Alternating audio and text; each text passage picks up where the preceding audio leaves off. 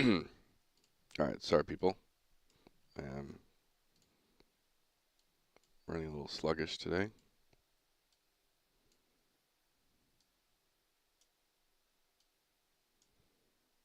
Just getting my streamer problem window setups going.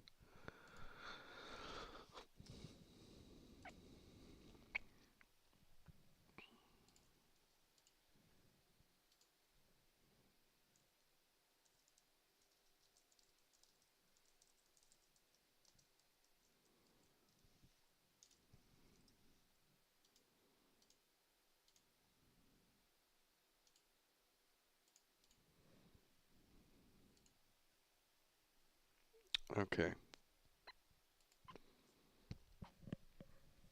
I think I am set up.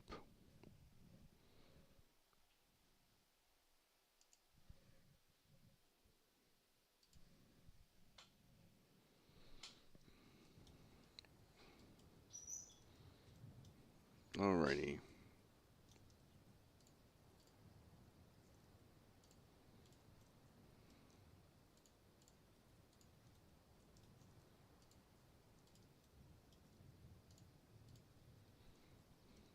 Got some quests.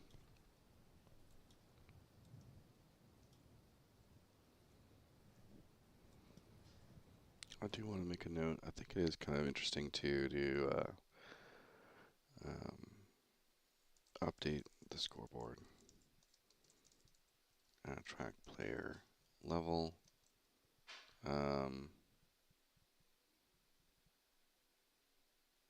Class plus save to cloud. Get a little bit of a leaderboard on for people that come in and play.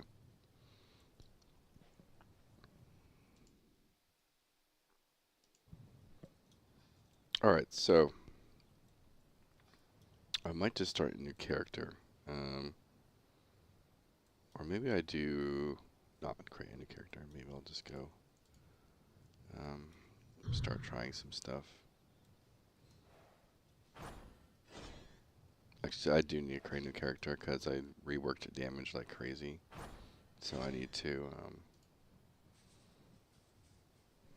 do that.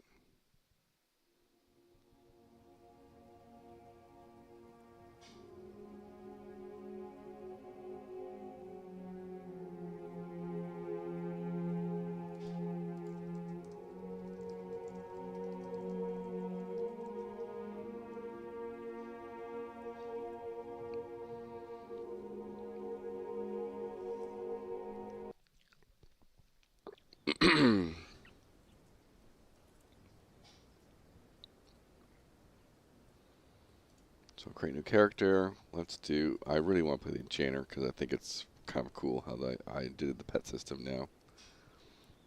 It's also probably a really good soloer. Do I have my microphone on, right? Yeah. Let's get also some tunes going.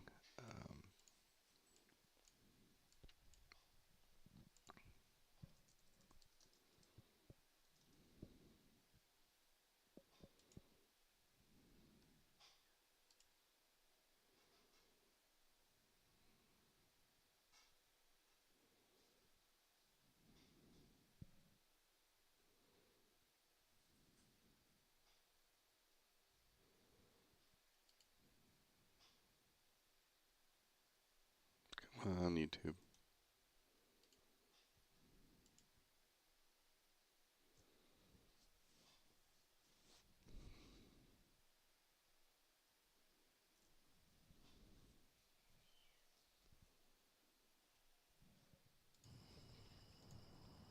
Enchanter. Let's make.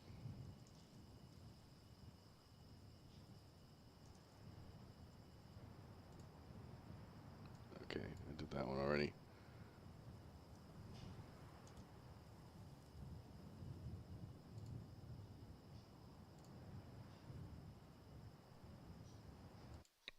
Come on, YouTube.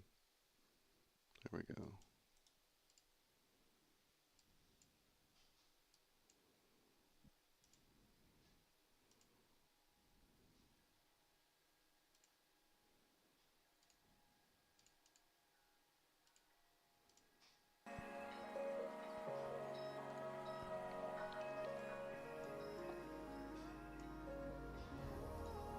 Alright. Enchanter time. Da burp. Da burp. Da burp.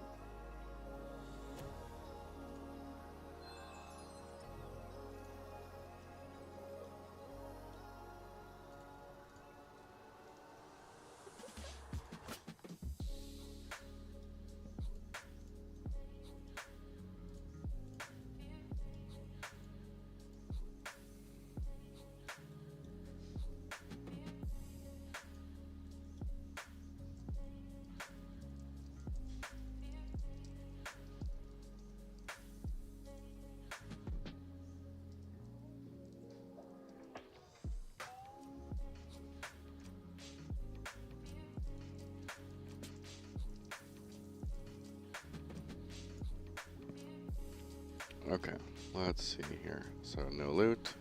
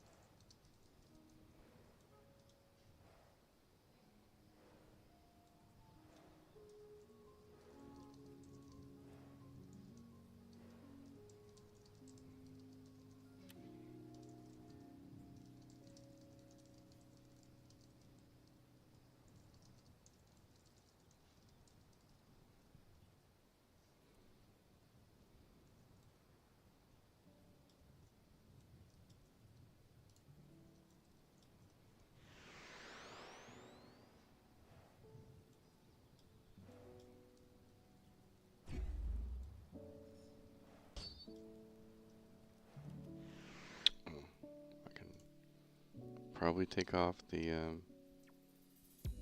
remove parry dodge sounds.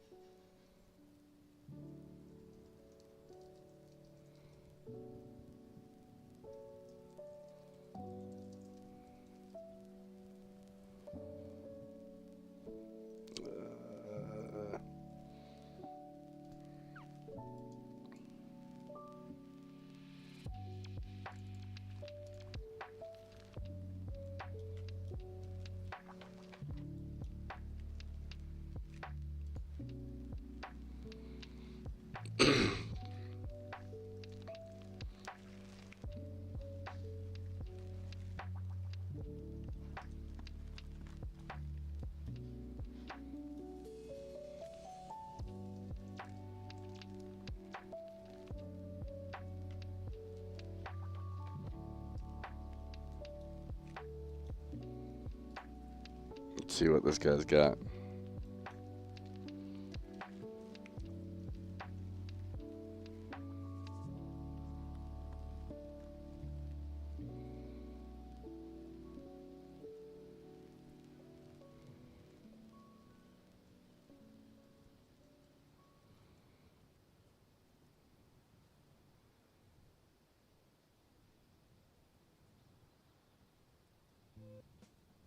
President's Day sale is happening now at RC Willie. Yeah, I don't think he's gonna be able to do this. Savings today. Looking to upgrade your kitchen or find the perfect sectional for the family? RC Willie has everything you need. Now is the perfect time to refresh your home and save big. From furniture See if this to command TVs, works here. carpet to mattresses. It's all here at prices you'll love. With Summon finance options and low monthly our payments, Simon. you can afford to refresh your home now. Don't wait. Shop store-wide savings during the President's Day sale at RC Willie.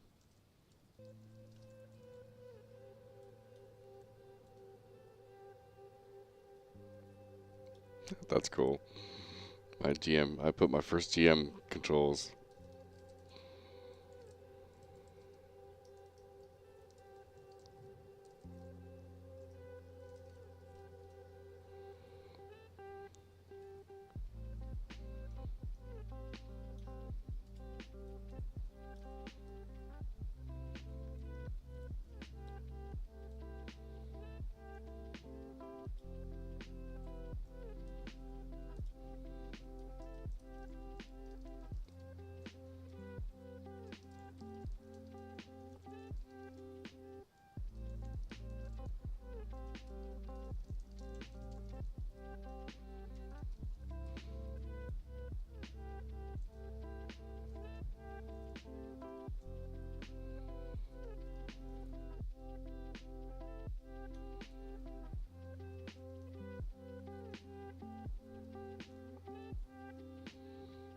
Says Excagente.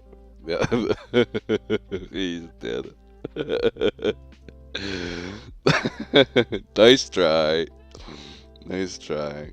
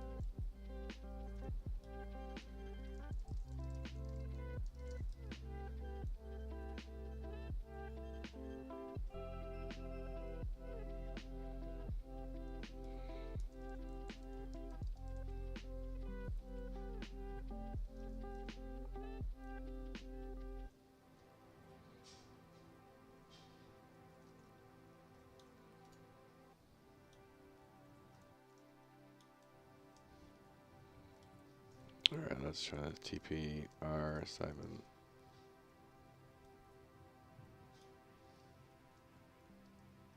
Okay, the TP doesn't work because I don't have like a character, I don't think.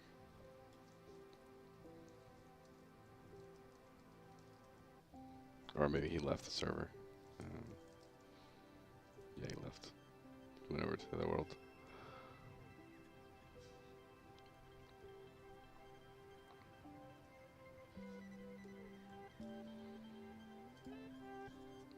I still need to fix my quit to character select.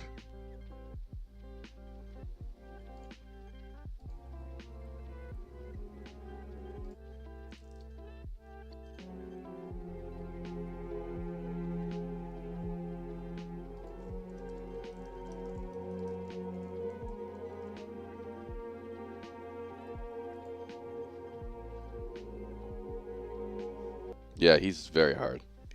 He spawns like 30, 40 ads, like, and they all blow up if you don't kill them in time. So,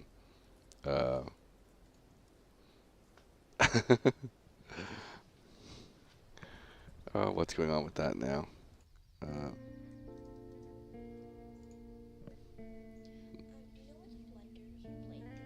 think it's on the back of the sink. For some reason, he's multiplayer. Select. That's not what we want. Level.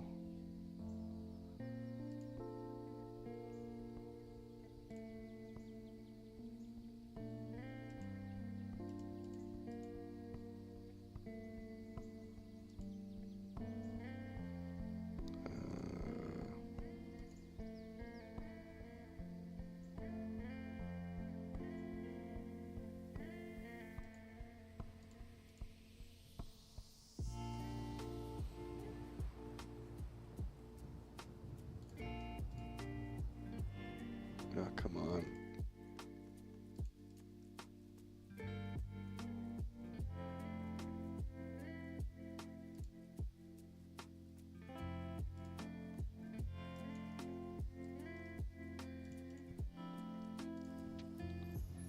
I was looking at the castle. Anything interested there, or yeah? There's nothing else there other than the dragon right now.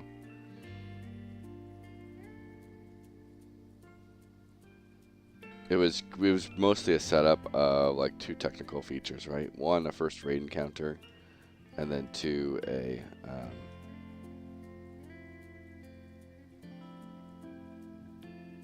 oh, this is because TP 23,000, 5,000, 5,000. That's the location. There we go. Yeah, that was just the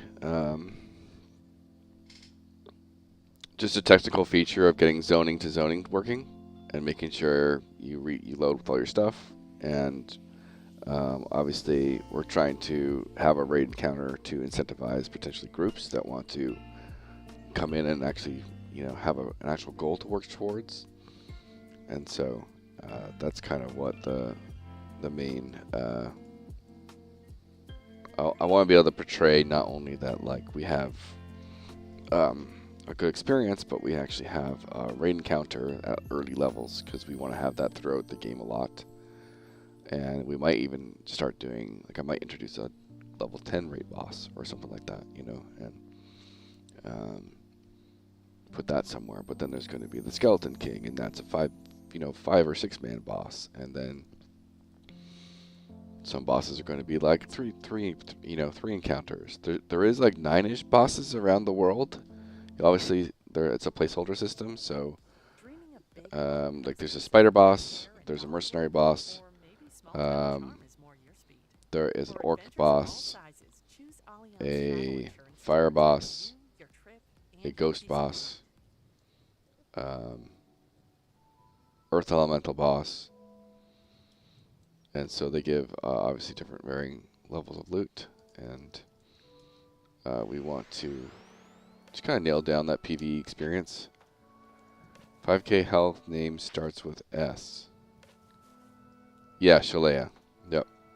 Drops either, she has a 40% chance to drop either the enchanter robes or a dagger for a rogue.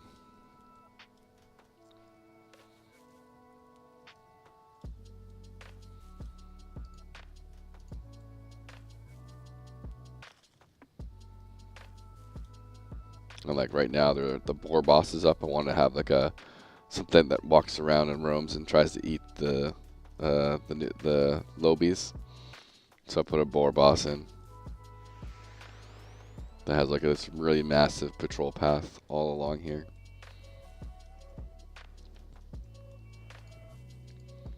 But yeah, our damage right now is like severely boosted. Now it will fall off a little bit. So that's fine. So like I do want to have like a good feeling of power early on, right?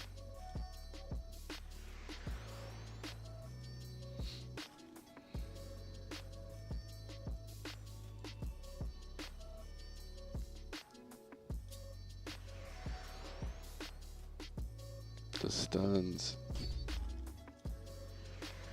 Oh, did my stun actually get no. Go on my pet, not me. Oh, I'm getting resist. Oh, I forgot the level difference. I'm getting resisted everywhere. I'm so dead.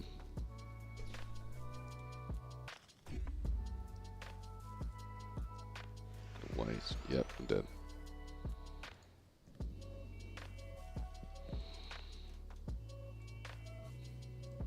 I think for the next playtest too, I want to have a big dying screen, improve polish death screen for next weekend.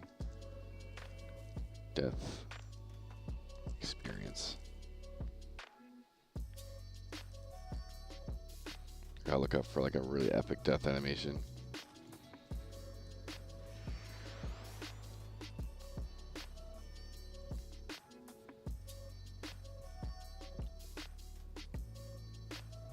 Yeah, I'll eventually get tapped into, I believe the entire Epic Game Store had their Epic Online Services.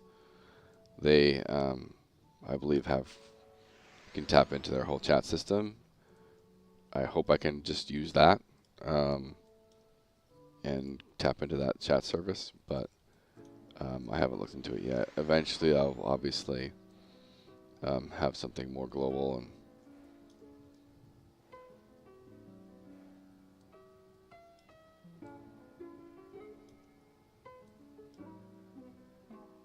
Again, we have most of our vertical slice ready, right? We tackle all the core features right now. And so we're trying to get a little bit more content and gameplay in.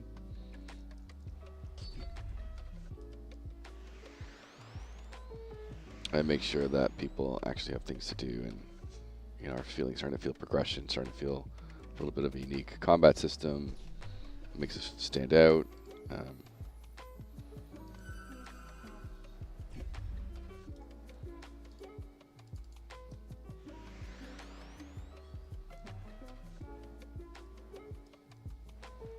So like the entire last year was mostly about tech.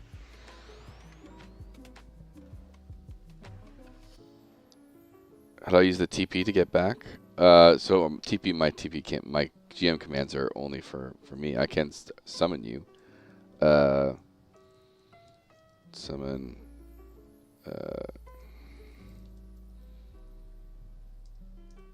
Or you have to log into this zone, and then I can summon you. Are you logged in right now to this zone? You just click the door again.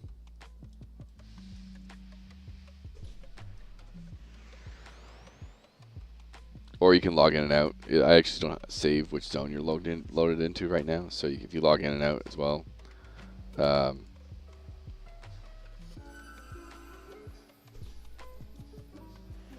you will.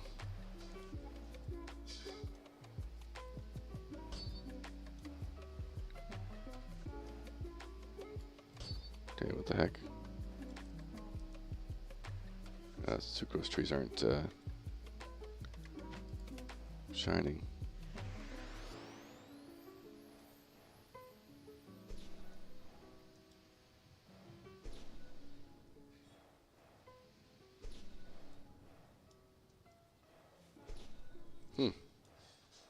Feels like aggro's not going to the right target from Chainer.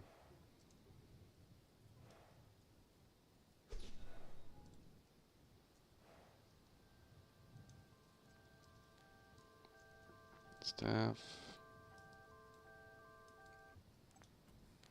Did level up.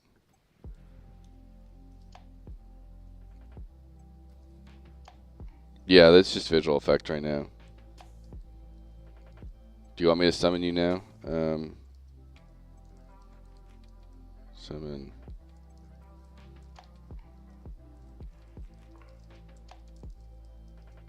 Oops.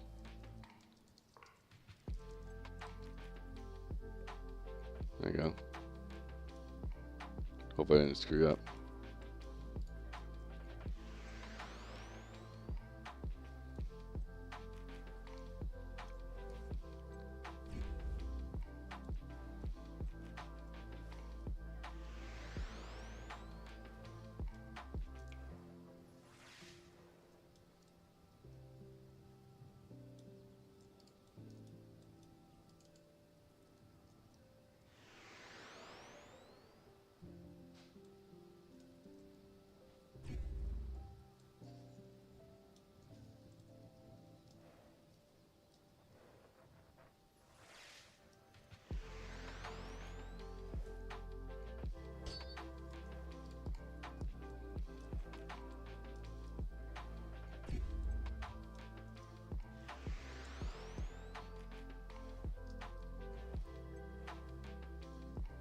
Yeah, so the floating weapon stuff is a the enchanter class is predominantly from the EverQuest kind of influence, and so I do need to mark this bug real quick. A nice death, by the way, in general chat.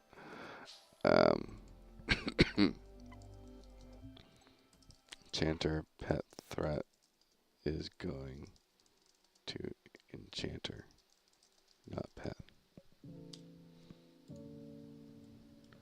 But it's based on an EverQuest, the EverQuest class of enchanter, and it's very support focused. And their strength is crowd control. That is their main strength. Obviously, in modern times, I'm trying to update it, and so and with my combo system, you get a different pet every different point. So the first pet is like more tank oriented, has better threat. Next one's a two-hander, and the third one is a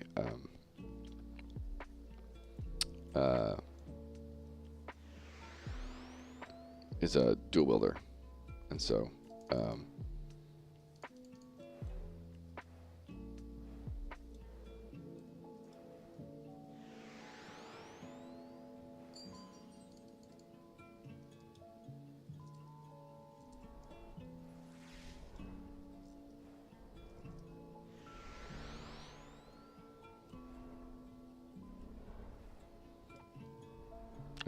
you can imagine like the different build possibilities, right? Like you can be, and eventually channels will get charmed too, so you can take control of an enemy unit.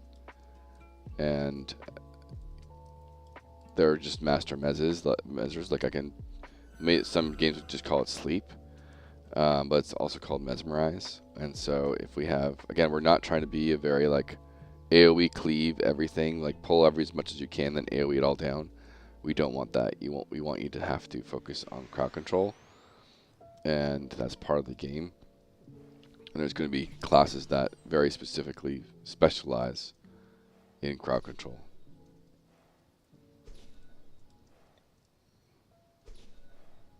Yeah, for some reason the my pet's threat is going directly to me when it should be going to the pet.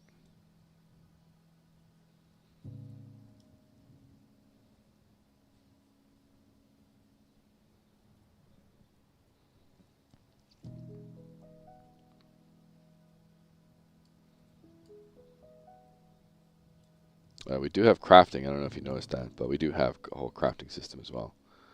So right now I'm making some campfires, and then I'm gonna probably farm some spider silk.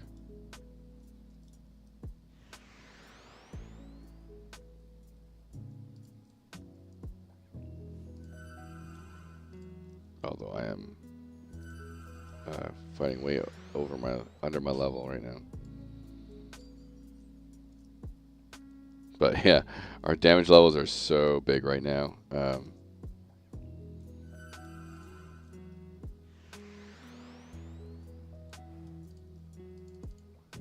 Just because my new combat update, basically like I needed room to be able to do like light attack, medium attack, heavy attack, right? And then I wanted heavy attack, like basically it's like medium attack is like 1.5 times better than the light attack, but then heavy attack is like 2 times better than the medium attack.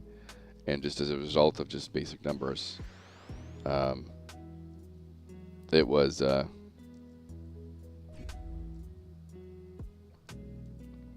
yeah, like there's certain things that we are still early, right? And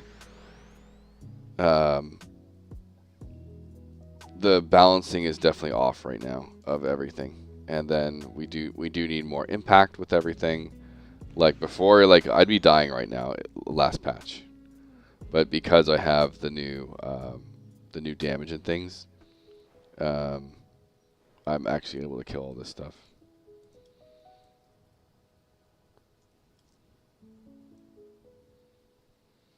And so this new, I literally built and implemented and had to do. Oh, here's the boar boss.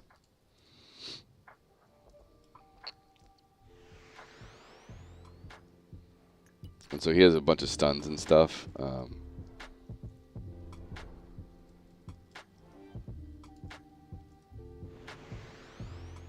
And he just drops greens. No like special loot there, but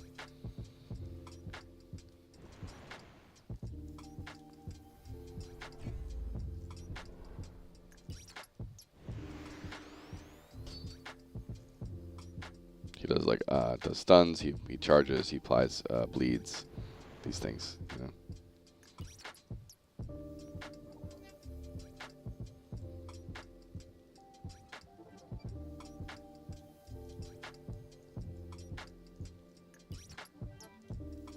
Charisma.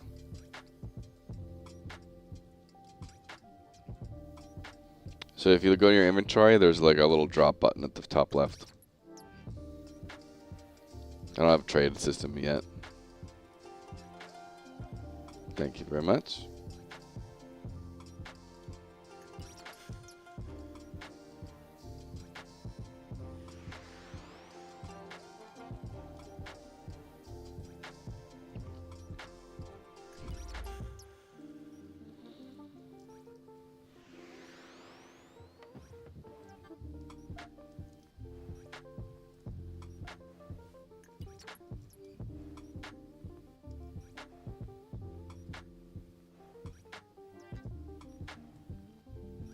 But we are definitely being a much slower paced game. It just has that EverQuest influence, and so, oh, awesome! Thank you. We can't. I don't think there's any issue of us grouping up. You take the invite in the top left.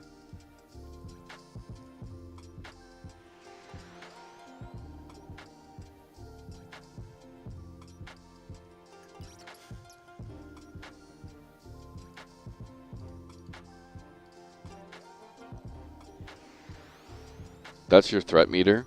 This will be a little bit more obvious in the future, but we do want to make it so, like, if you don't watch your threat, you can really screw up a fight. And so, it's a level 7. I can't hit that. I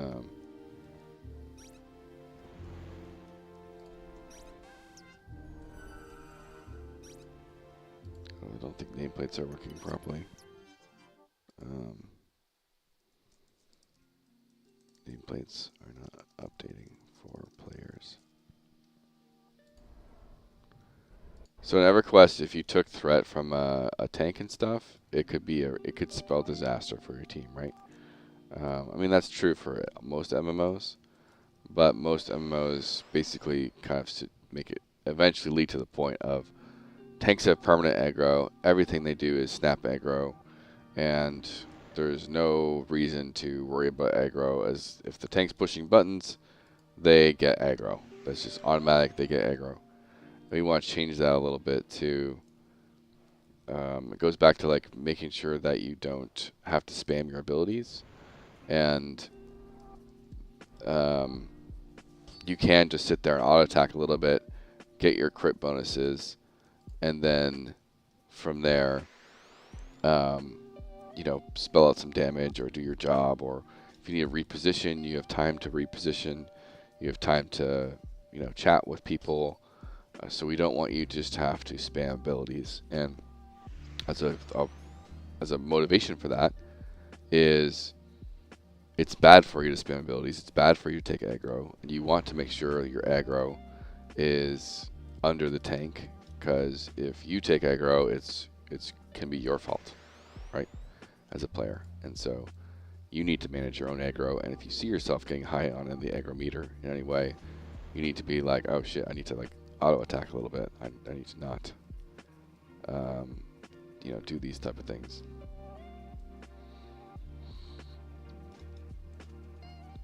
Put this power spice.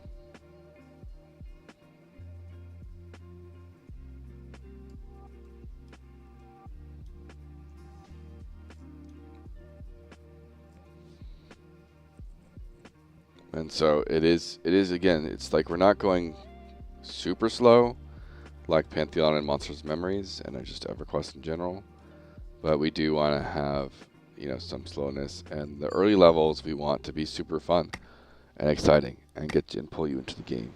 And so there's probably going to be a big curve that you'll probably start to see the pace of the game slow down a lot more around level 10 type thing.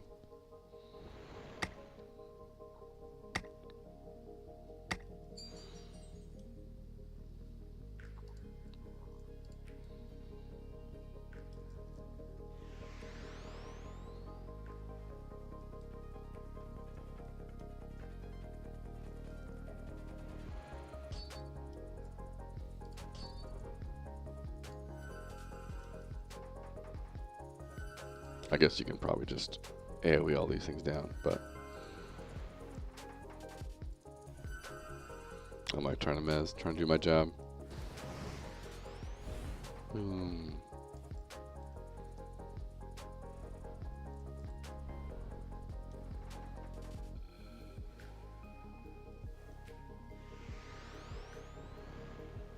Again, you're the first one. You're the first one in the game that's power leveling a new character. Just want to. You're officially the first power leveler. You're AoE grinding for Lobby.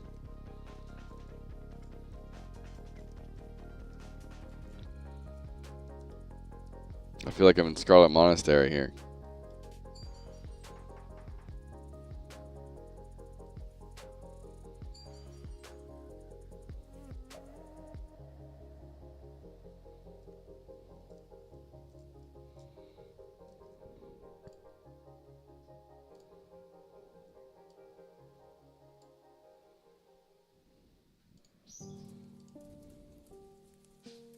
Put this in our chat. Our Simon, the first power leveler, to help out scrub me.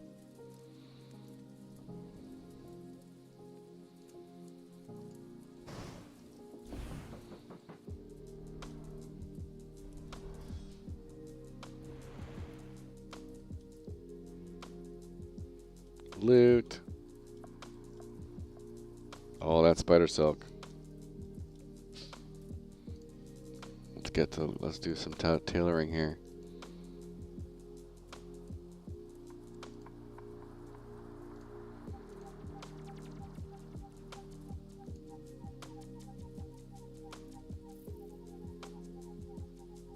Why do I have a picture of a necklace of silk?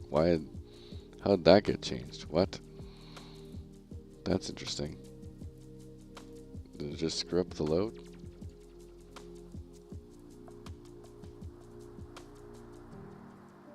That's funny. One thing that's not clear for me is what stats does. I mean, I know wisdom strength, but there are some nuances between games. Yeah, it's something I have to dig a little deeper. I'm still on the cusp of, like, do I need attributes? Do I just want to use raw stats? Because I like New World kind of went through this, or different piece of gear has different pieces of. What's going on with my grass? That's odd.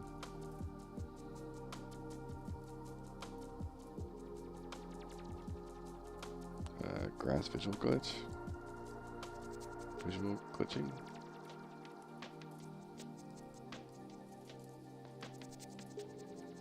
This is odd. So it's happening for you too? Weird. Maybe it must be something with the time of day. That's gotta be it must have like reflections. Oh, let me add to my comment. At sunset, grass is flickering. Turn off real-time lighting. Maybe it's got to be a sunset thing.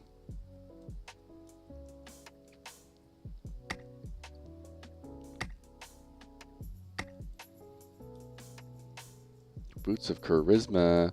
So in EverQuest, when you get charisma, it would help you with a couple things. For everyone, it actually improve your faction with vendors, so you get like lower prices. So like little nuanced things like that. And then it would also help your... there's a lot of things that could fail in EverQuest, which I may or may not introduce. I do think it adds a little bit of fear factor. But like if you use this invisibility spell on yourself, there's a chance it would actually fail like as you're running. And so even if it had like a 5-minute duration, it would have a chance to break every 6 seconds or something like that. And if it starts to break soon, it'll warn you somewhere of your invisibility is fading, and so you'd have to like hide somewhere if you're walking through a dungeon, and as a result, try and recast that spell, and sometimes you would die, right? It's like, oh, and then sometimes things would see through invisibility, and so there's this constant factor if you're trying to get to your group down somewhere, and like you're trying to invis down, and you're trying to con things to see if they can see you, and all these things. And it's the same thing with a root. If you root something and you damage it, there's a chance for a root to break. If fears can break and stuff, and so having a stat that basically reduces the chance of those failing is what charisma was basically about. All these fat loots getting decked out. I can crap. Oh, I have legs. Cool. I need a ring. Got a ring. And hands. Almost full set of gear. Look at this. Look at this.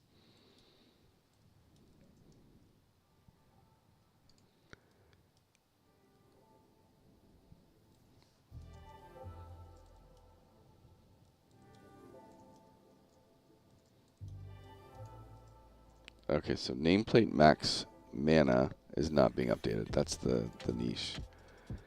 Nameplate max mana not being updated. So I can see your full mana at 225, but for me the nameplate's not updating.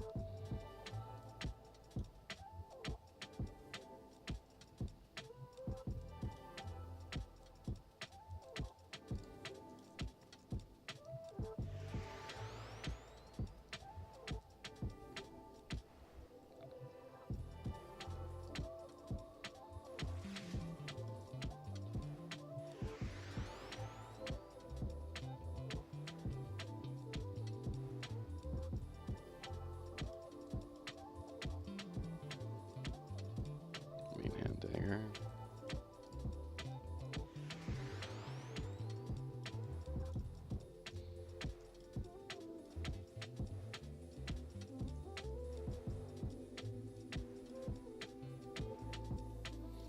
Yeah, this next week is going to be a little bit chill with no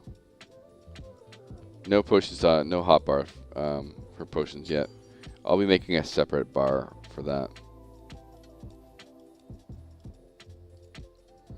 Oh, I think like my go-to reaction right now is to make it like a sort of Diablo-style potion belt for consumables.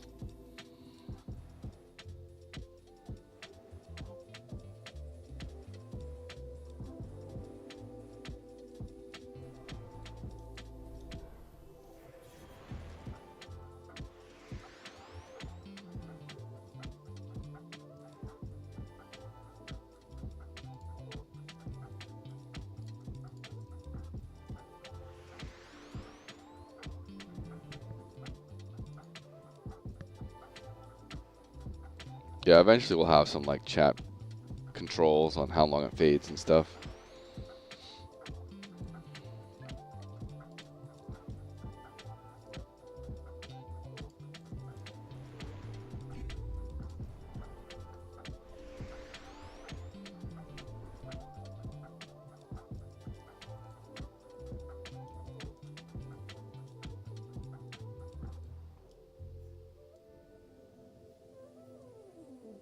Alright, I don't think I even got the quest. I have to go get the quest. Did I get quests?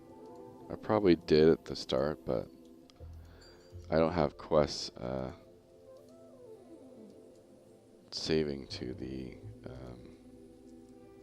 cloud yet, unfortunately.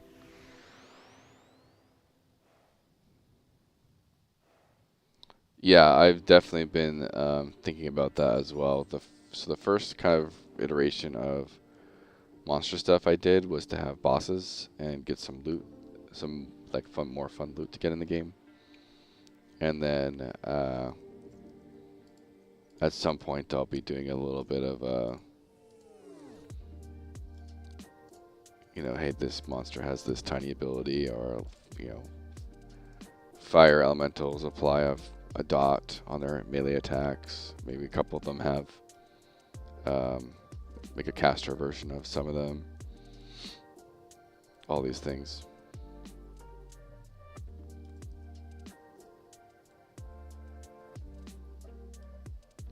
It's one of those things that we're still not quite full time. I've been putting in a lot of hours this no, they just don't save right now. They just don't save to the cloud. So you can technically just log out and log back in and redo them all.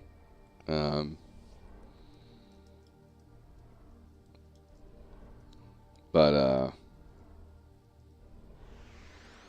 at the moment, I just haven't set up the cloud saves for that. Again, it's one of those things. Quests are going to be around, but it's going to be our next big system to really incorporate how we want that kind of flow to go. And it's we have a whole thing worked out for all of that.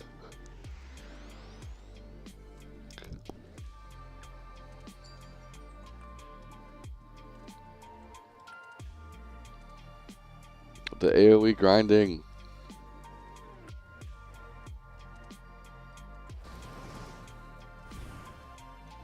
Mage is OP.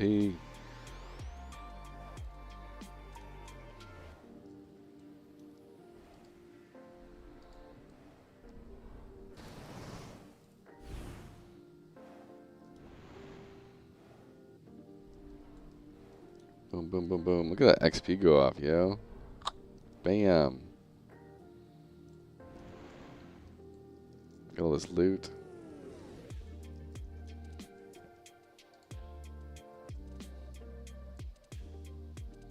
I think I have everything but gloves. But I can craft gloves. Tokens. Boom. Got the gloves. Now I need a stain. Do I have a stain, a cup?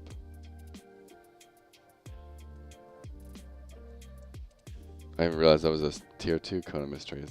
Nice.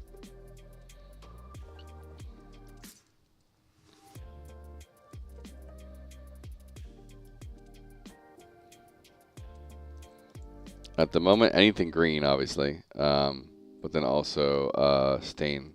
It's like a cup, mug looking thing.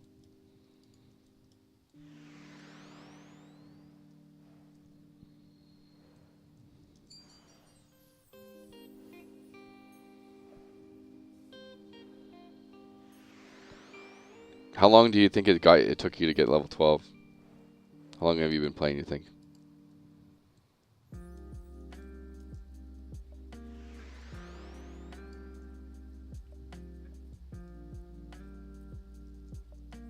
Yeah. Full T1, couple T2. Or full T0, couple T1. Oh, that's supposed to be... That's not named right. Some of these aren't named right.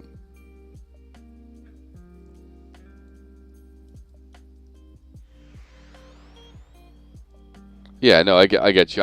It's more for me as a designer of like, even when you're not trying, how long did it take you to get level 12, right? And so we probably want that to be probably a little bit longer, but at this stage, not so much.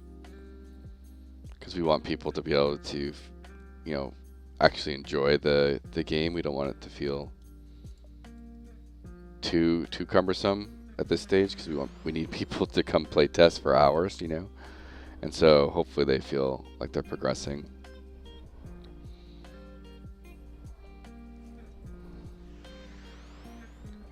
And like we're constantly trying to understand the pace of this first level, and like how long does it take for, you know, a group of people to come in and beat it type thing. And so yeah, I mean, played an RPG test. It took me 100 hours to get level 17 first time. I was really trying, yeah. Exactly. And like 1 to 2 hours to get level 12 was probably too fast. That's to be honest. It's level 9s.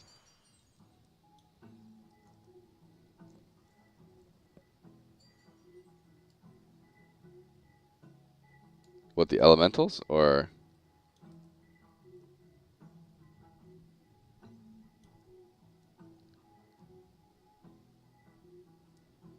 They're just not aggroing, or you can't hit them?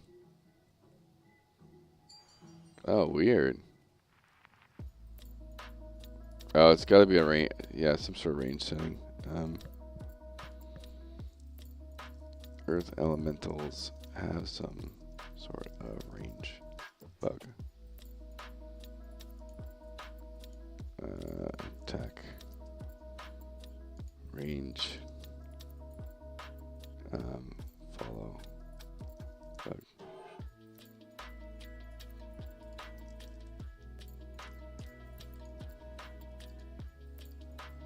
It's all elementals.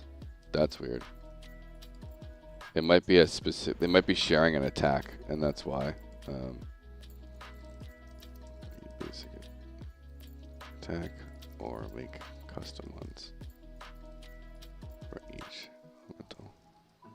Some of my enemies, when I did a bit of a stat rework,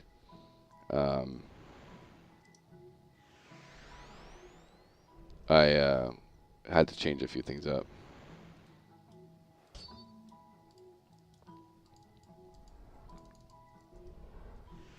But yeah, damage is like way too high right now. So I'm gonna have to buff. I'm gonna have to buff a lot of health bars. I'll probably have to spend. I've been meaning to do this.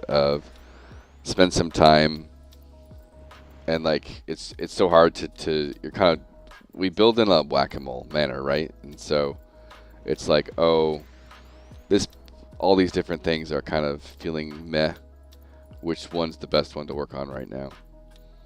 And so, you know, last few weeks was like, it didn't feel like there was much interesting loot or interesting bosses to try.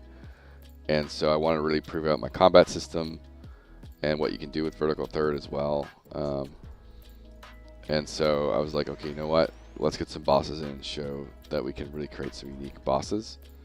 And so got the king in, got, you know, the 6 or 7 other bosses that we kind of portray on one of our YouTube videos. Threw some loot in, got some proc items, fixed a few bugs, did some polish.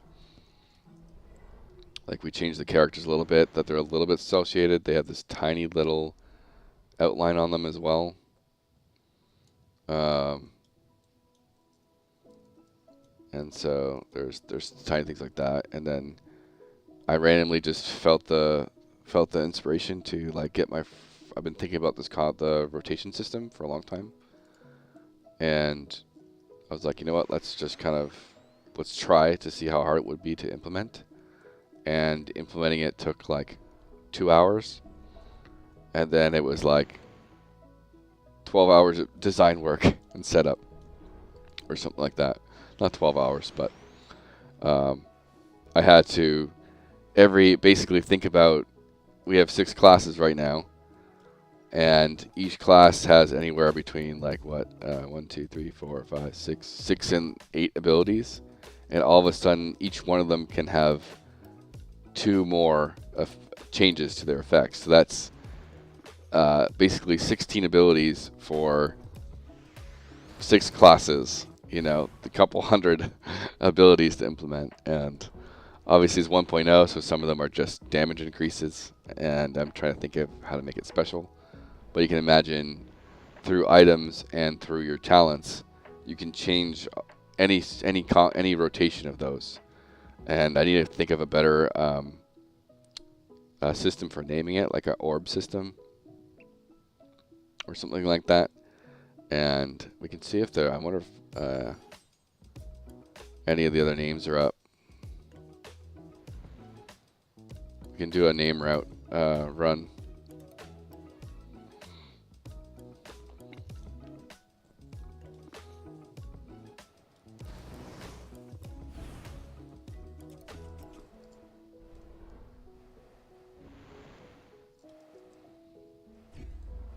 I also need to nerf the bonuses you get as a high level. Like, you should be taking some damage doing this, not just completely invulnerable and they can't hit you.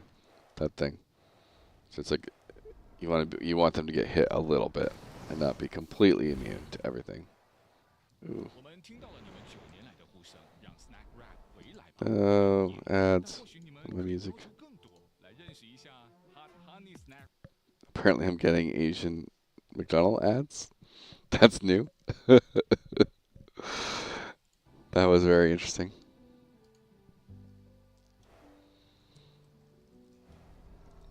Yeah, got some nice drops. Why are these items saved T0? Some T1 items still say T0 in their name. I'm probably going to do like another item identifier of what tier it kind of is. And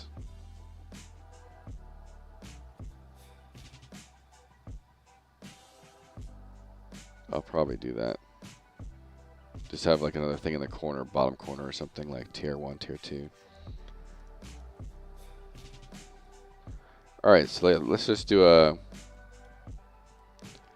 It's just it's an RPG. It's just an RPG system, right? And it's just the concept of going from cloth scraps to, you know, well-made cloth, to leather scraps, to well-made leather, to heavy leather, to like that's that feeling of progression, right? That's all games are, and especially RPGs. That's literally all these games are. And MMOs, you have it as well. It's just like you're climbing gear levels, and that's how you're progressing through your character. And so, I'm keeping all the items kind of basic in that concept of first you get your gray loot, then you get your white loot, then you get your green loot, then you get a little bit better green loot, that type of thing. And so it's kind of that aspect of things. And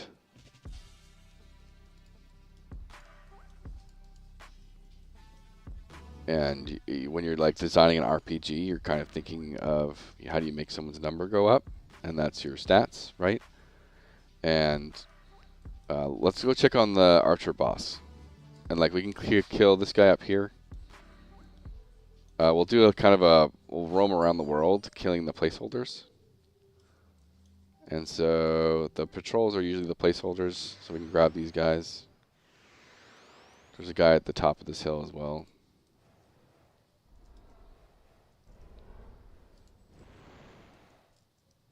We'll get this placeholder down, and then we can go kill the... I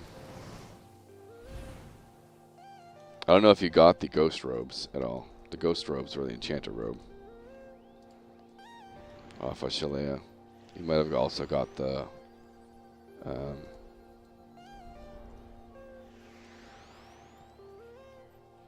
don't remember how you get up here. Might be the other side. Yeah, so right now you're supposed to be using int for the most part.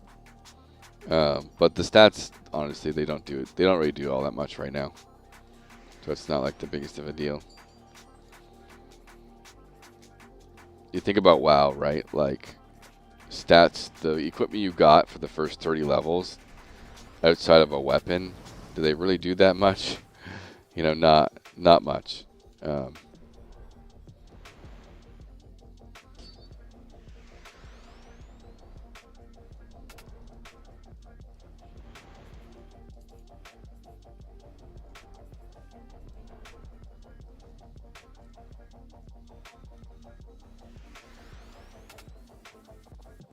And so in original EverQuest, almost no gear gave stats, even like at the max rank. I played very minimal Black Desert. Like I think I tried it shortly after release, and it's just never a game that appealed to me because of how fast paced it is.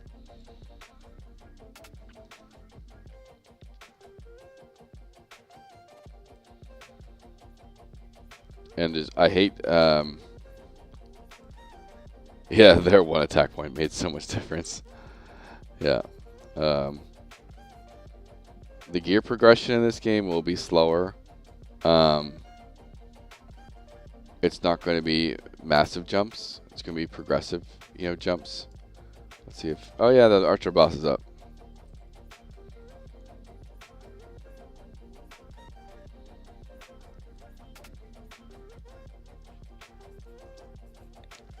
Ah! Hold on. I still have this bug where you triggered water and it made me get swimming mode. It was so weird. I don't know how that does this, but it's doing it. It might be caching.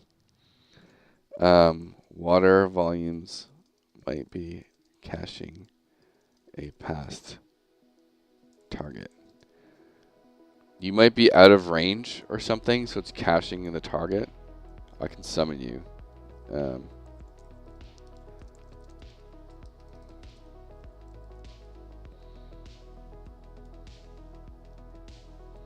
I can't tell you how like, I know it's the most simplest thing, but implementing my own GM controls is super fun. It's like such a weird techie, like I grew up watching guides and game masters come help people and the power they had in the MMO, and now I'm implementing that power, and it's just like, why does that feel so good? And it's such like a stupid little thing. You can also do /who. If you do /who, it shows who's in the world. Technically, a scoreboard also does, obviously, but sometimes it bugs out. And so the /who is a way that I can confirm.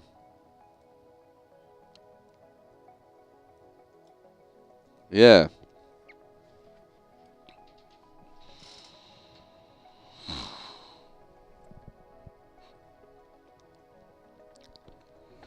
With purpose, I get you.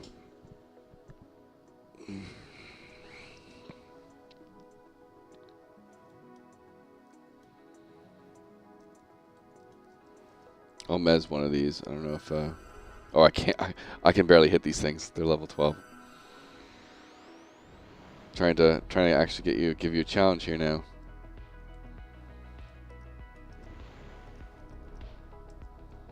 See if I can land a mez. Did I land a mez?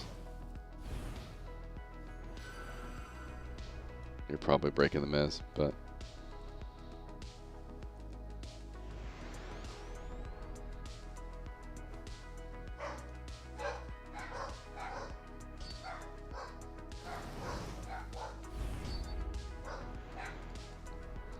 Well, this guy is one of our first playtests, or other playtests. There's someone that came in named Wicked. They did a bunch of stuff. And so I named this guy. I had his name. There's another Easter egg. His name's Wicked backwards.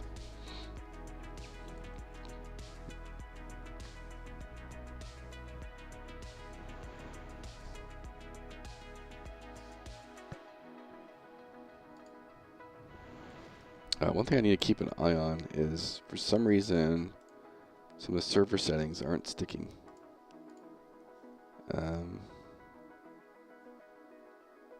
Yeah, for some reason the servers aren't keeping the IP address. This is so weird.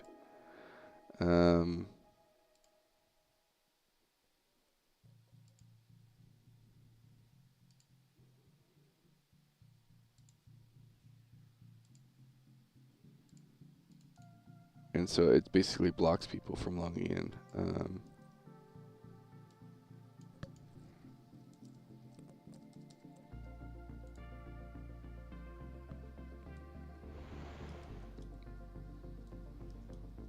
they're starting to give you a challenge, huh?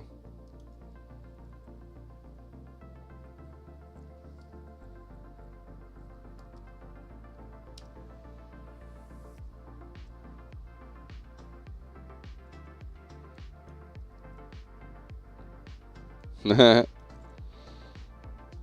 don't know if I have a fire. Hey, fireplace. There we go.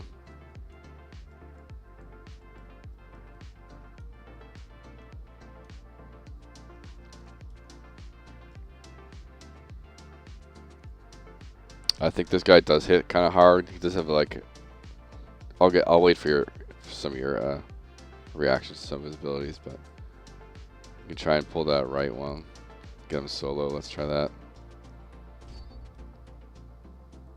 And so this is what a lot of EverQuest was, like really focusing on pulling systems and mechanics and making sure that you strategically break down through bosses and stuff.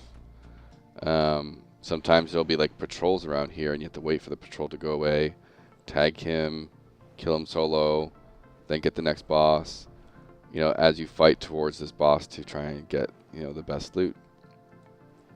And so these are kind of the systems we're trying to really kind of keep up with. And as you can see, like repops become a problem, and you have to, which is why like enchanters and stuff really make a difference, having crowd control. And so it keeps this kind of idea of threat in the game. And there's like an inspiration from like a lot of classic WoW. Like it really is truly more of EverQuest than classic WoW, hardcore WoW. But because even though EverQuest wasn't hardcore, like one death, the punishment was severe enough that you wanted to not fuck up. You wanted to be a good player in these things. And so, oh yeah, I forgot. This guy does do a mana drain. Hopefully I'll take the brunt of it. Okay, he's dying pretty quick overall. I gotta bump his damage, but he does a mana drain.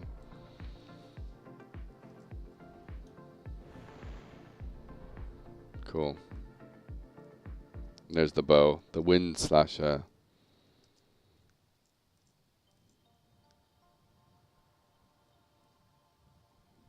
He does a volley, mana drain.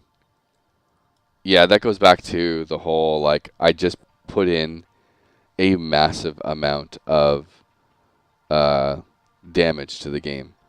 And so I did that without buffing monster health at all. And so we're kind of, you know, ruffle stomping the whole place because of it.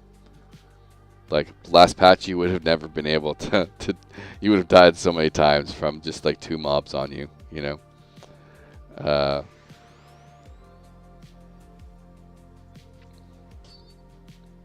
But there's just a massive amount of more damage in the game. Right now, nothing. We'll probably implement XP loss on death. But we're still feeling things like that out. And so it's one of those things that we're experimenting with what type of death system is. XP loss can obviously deter some people from playing, so we're also thinking about other things. It can also be later on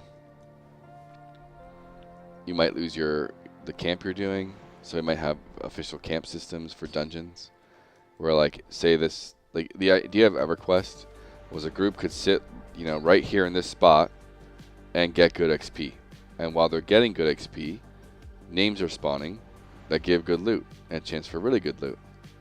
And that's kind of a lot of the cycle of EverQuest. You would go from camp to camp to camp to try and get different loot, whether it's for yourself or for selling it, these things. And we might have systems where your group can basically almost like capture the point and say, hey, we've occupied this point, this is our camp, we're taking it, and all these mobs are ours. there might be a situation where that comes into play. But there's a lot of a potential abuse of that with bots and a lot of things. So there's a lot of things we're thinking about. But then going into dungeons, like dungeons are all like open world type thing, right? So there is no take your group to go into an instance. And so you diving deep into that dungeon to get the loot you want and you die, there's going to be a lot of recovery time, resources spent. You have to rebuff. There's a lot of time involved to get back to that point. It's not just you're in a ghost form, run back to the instance, run back to where you were, and try again. Like there's going to be a lot more punishment time-wise as a result. We can go check on the water boss now.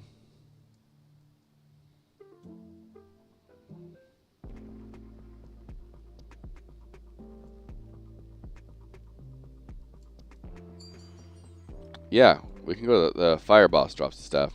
We can go do that first. Well, I guess the water boss is on the way technically, but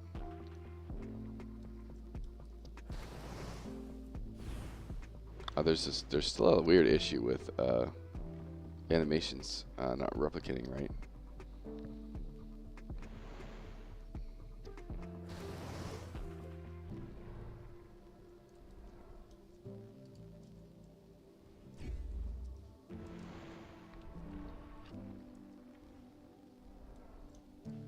See, like you would have been so smoked last patch by all this stuff, having this many things on you.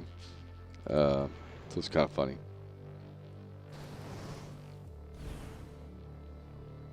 And maybe I have health regen too high as well. Health regen seems way too high. The fact that you're able to sustain through all this. Unless you're sitting. Oh, you're sitting while you're doing it. So there's that bug on, I guess. I could also do like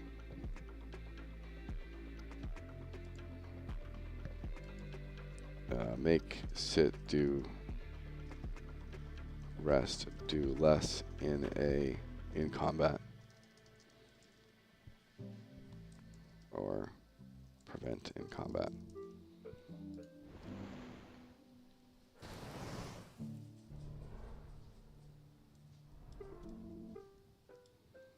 Yeah, I'll be mostly focusing on a little bit of polish. I'll probably tackle a little bit of the HP scaling with monsters. I'm not going to change too much.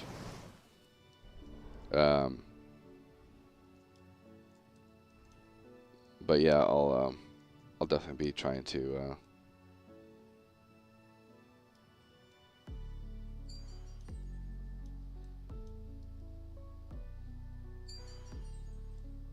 the main thing I wanted to get in this month was select bosses, and then a group boss, and then like the weird, like these tacos shouldn't even show up until you take the quest and then eat the tacos.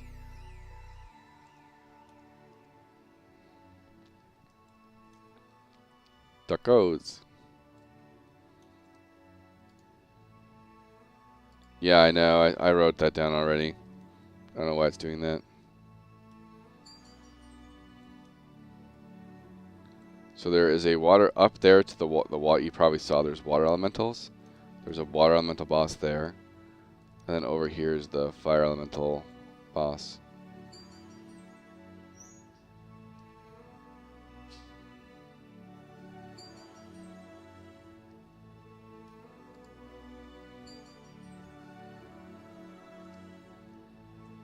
And we'll see if he's up.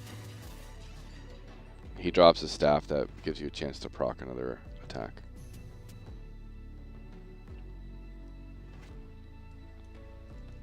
Ooh.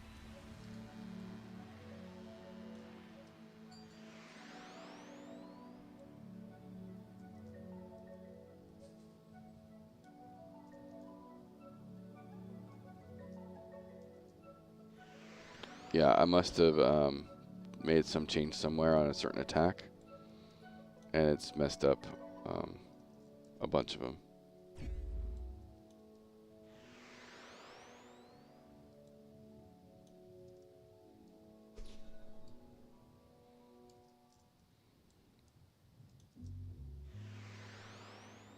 You can actually kill stuff over here.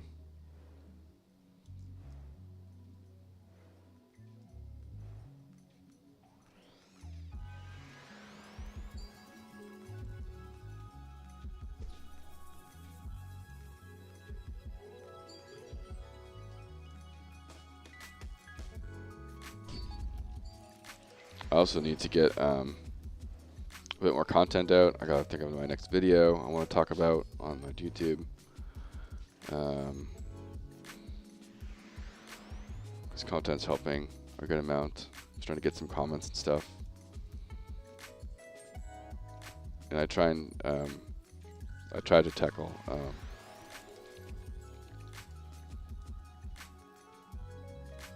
some topics that are frequently asked questions. I do need to make thanks for Christmas.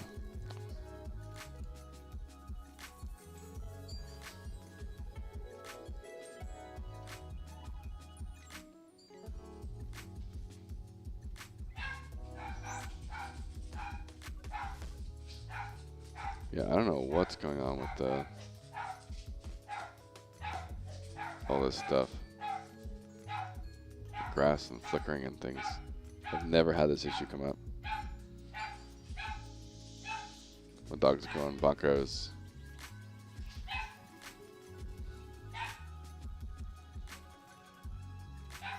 Yeah, they're not aggroing for some reason. They could have, if you ran through here before, it's possible they didn't reset properly.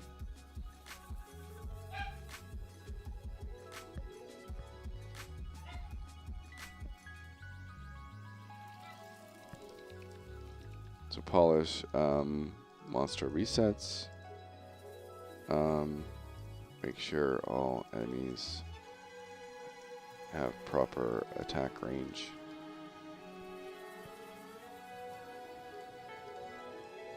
Yeah, I'm not really sure what went wrong.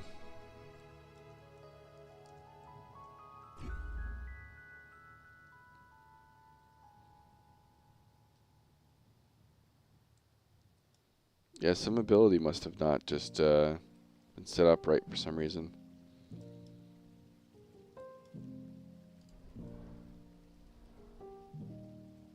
It's like they were working last playtest, so it's kind of weird.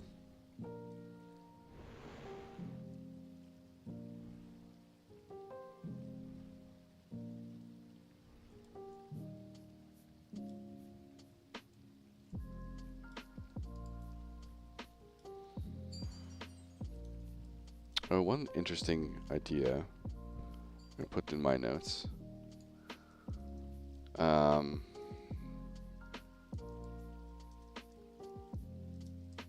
Enter zone.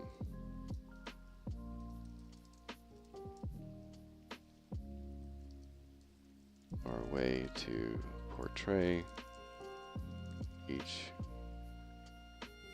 area through a name. This could be a mini map. Maybe that's just a point of doing the map. This whole freaking grass thing is driving me wild. Why is it doing that? But yeah, the fire named, we'd have to kill the fire elementals to spawn the boss. Basically, each boss has like a 10% chance to spawn, but there's like 3 spawners that can spawn them. So if you clear out the you know, it's RNG, right? It's 10% chance, but a 10% chance 3 times. And so there might be a, it doesn't take too long for the boss to spawn. But then eventually it's, you know, to get the item you want is probably like 20% chance on top of that. And then there's like the normal loot you get, which is like the tier based green blue loot, whatever. And then there's the,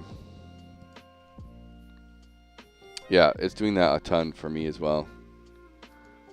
This is the first time I've ever had a visual glitch with the grass and stuff like this.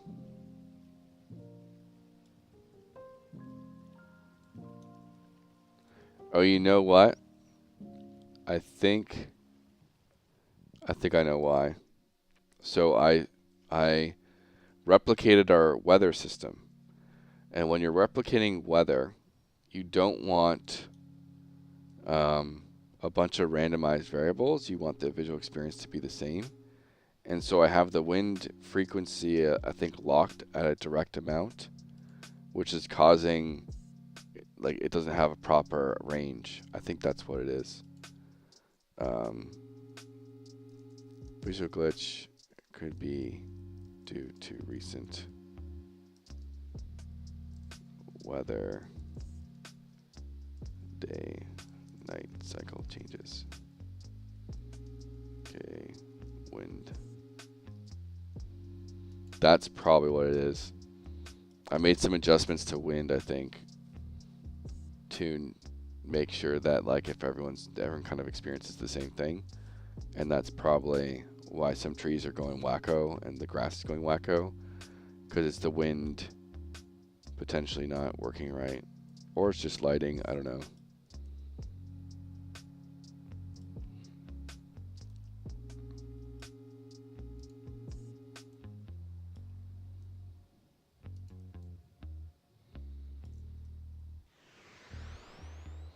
As a random, like, how good is your computer? Is it like a beefy computer, mediocre computer?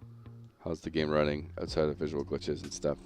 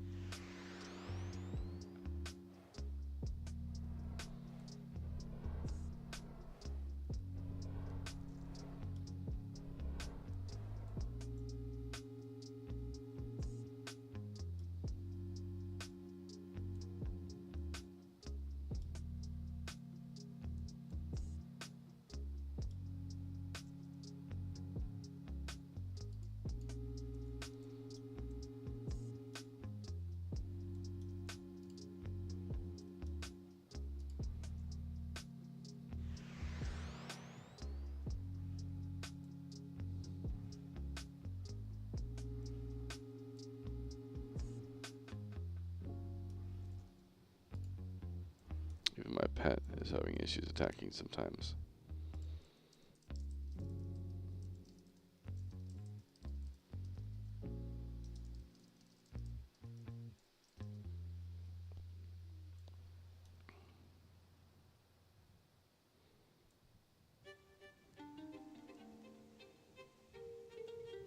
Good. Again, we've done very, very minimal optimization. The biggest thing I've done right now is consolidate a bunch of the materials for a proper material setup. Ryzen 7.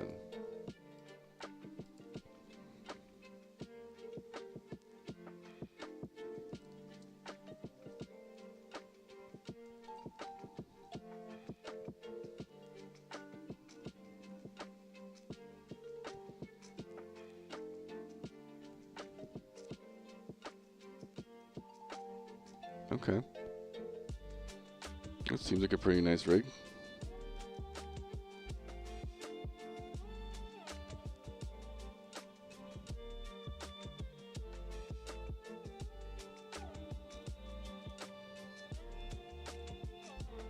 Yeah, it sounds like you got a pretty good rig there. Yeah, I expect it not to be too insane. Like, I have a dev PC and I'm at 40 FPS, you know. So obviously there's a lot of improvements I can do there. But that's expected. Again, performance isn't something you want to focus on too much.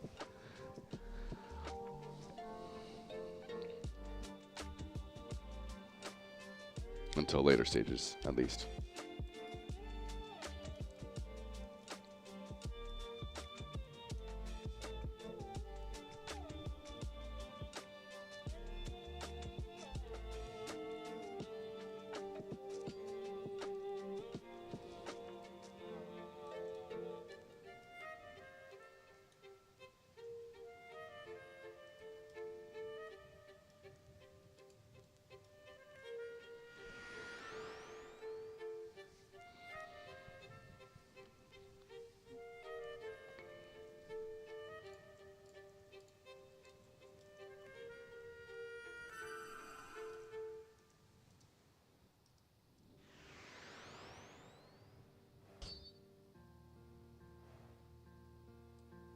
Yeah.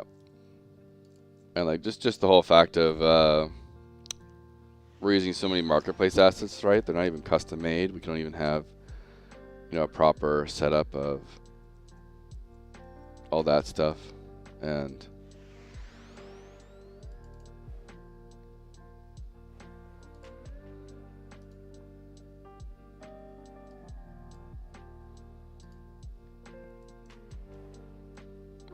normally you get to the point where it's like, oh, this is how we're creating our assets. These are the standards. These are things that are mandatory to follow. Why is my pet not attacking?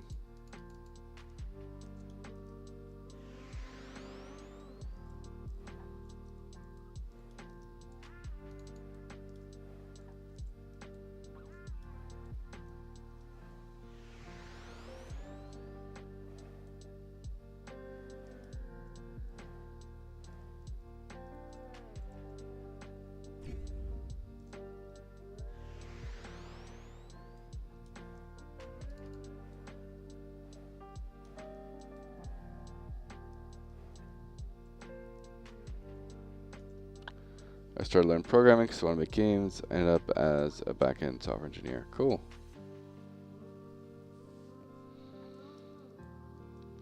Yeah, we use PlayFab for our stuff. And now I want to get back to make games and can't because I need artists. Yeah. Well, again, take our approach, right? We don't have an artist. It's all marketplace crap.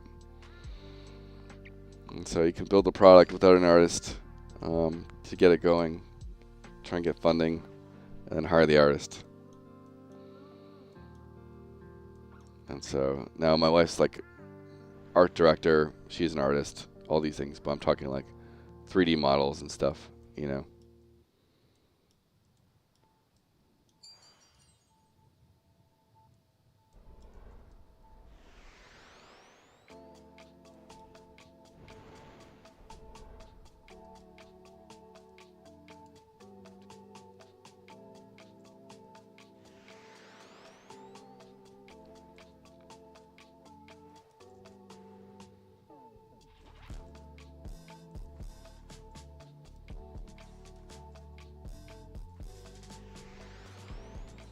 But yeah, I definitely, this is going to be a bit of a focus on polish week. I don't want to do too many changes. Yeah, it's only off, obviously, animals. Part of that goes to, like, there's not really, like, a proper place to farm animals right now. It's, like, a little bit sporadic.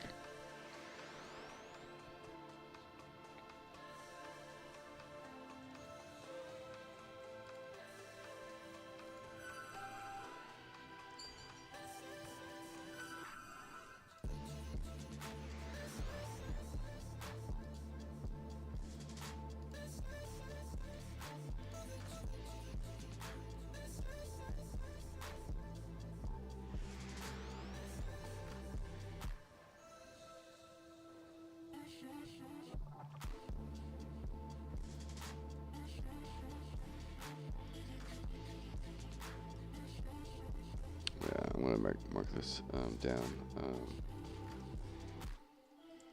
This week's focus. Polish. That's why, another reason why I did a pop-up.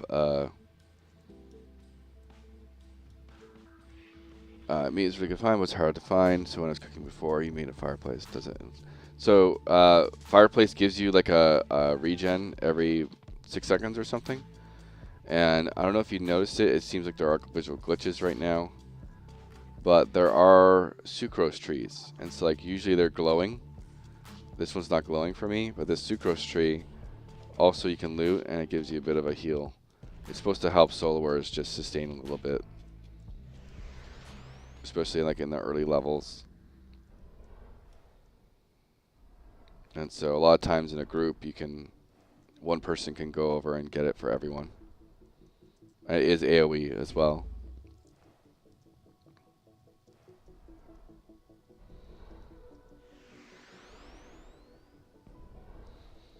So there's a lot of things. We do want to have a little bit of that survival genre influence of you're getting a lot of materials, you're farming stuff, and God, I saw it shining just once, but didn't realize what it did. Thought it was quest related. I saw that at night though. Yeah.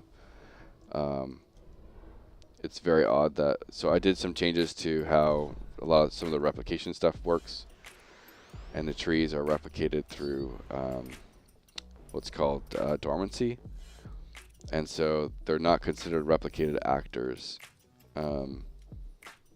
anymore. And so, but when they get changed to them, they kind of push it out. And so I think I need to double check how all that stuff works. This is crazy that these things are like so bugged out like this.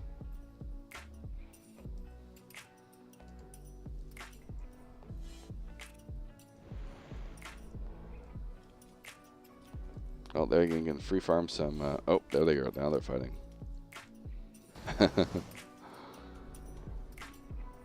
It could just be if you came here and AoE'd them down. It could be that their snare's not wearing off.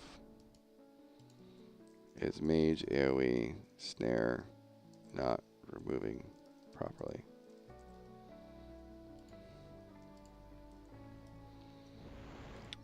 Calc Q late move speed with including base.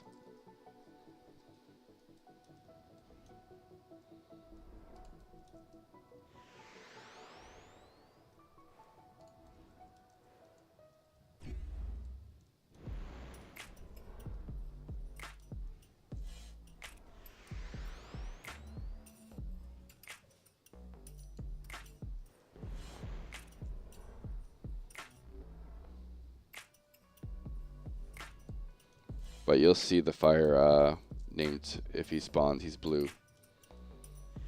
It's like Flaregore, I think his name.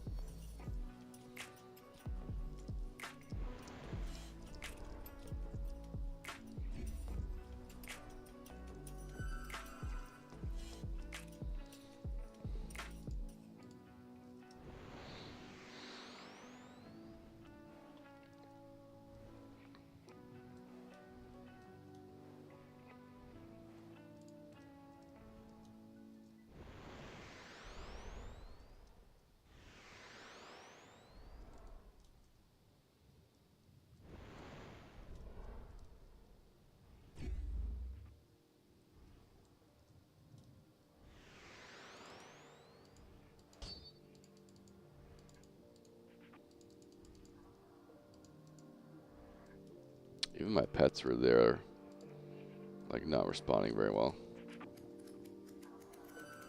You need int.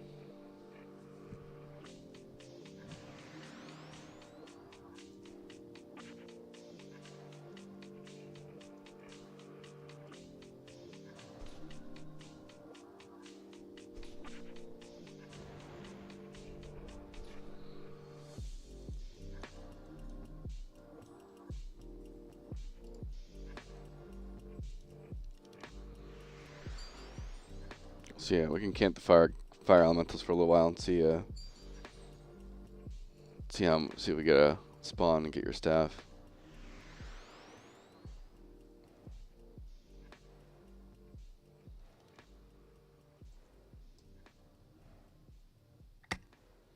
Yeah, it's one of those design philosophies right now that you have to be something niche and different. And you know, Pantheon's very different compared to Monsters and Memories. Even Aldurin is different from Monsters and Memories, even though they're the same idea but different graphic style. Very different target audience. All three of them are very heavily EverQuest influenced, but different approaches. And Stars Reach is trying to do their thing. Ashes Creation had their node system and all these other systems. And so it's just kind of the state of MMOs of trying to really build your niche. And so there's tons and tons and tons of Asian games that have tried to recreate the BDO experience. And we don't even like the faster paced games. Like, we want to be able to have our slower paced game. And I recently experienced, like, we enjoyed New World a decent amount, but it was insane how much players didn't want to even just do a dungeon properly. All they wanted to do is rush through the whole thing as fast as possible. And they will take the most risky plays, and if they wipe on a risky play, everyone disbands the group and no one gets loot. And everyone's just wasted the last 20 minutes, 10 or 15 minutes of their time. And it's nuts how, like, race culture has evolved in MMOs, and like, you're not even trying to do leaderboard stuff, and yet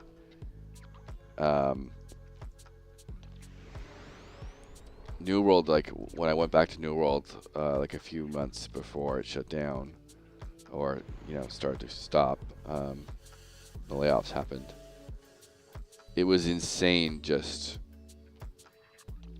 like, if you just played the damn dungeon and played the game how you're supposed to, you would get through the dungeon maybe 2 to 5 minutes slower than trying to rush the whole thing, skip packs, and do massive pulls that are just super high risk, like zero reward. You know, it was insane.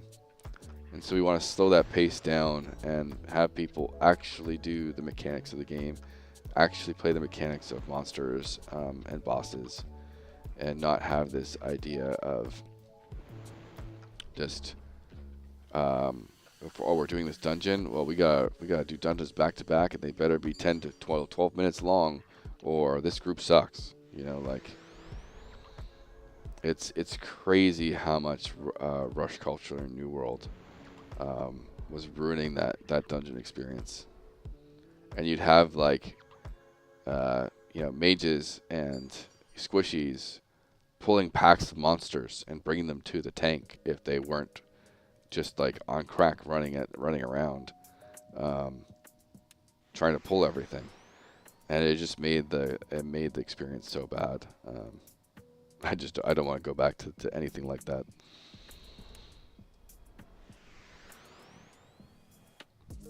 Like, we fundamentally enjoyed a lot of New World combat and PvE fights. I think they did a really good job on their PvE fights. It's just the PvE progression was god-awful. And they tried to do this horizontal progression of get the same loot with different resists, and that's how you're supposed to apparently progress in the game, to do these other dungeons. And if they just made basically a WoW tiered rating system, and, you know, here's your big raid bosses that every group's have to go through, would a lot better. And guess what? The last expansion they did, the last patch they did, everyone was loving that weird Jester Clown raid boss and how it worked, and a lot of those things.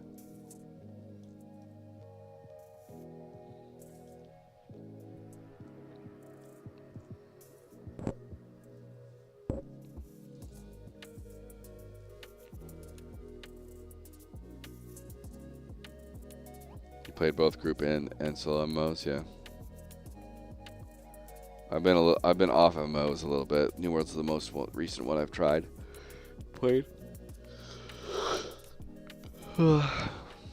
I've been stuck on LOL for a while, but that's starting to dween away.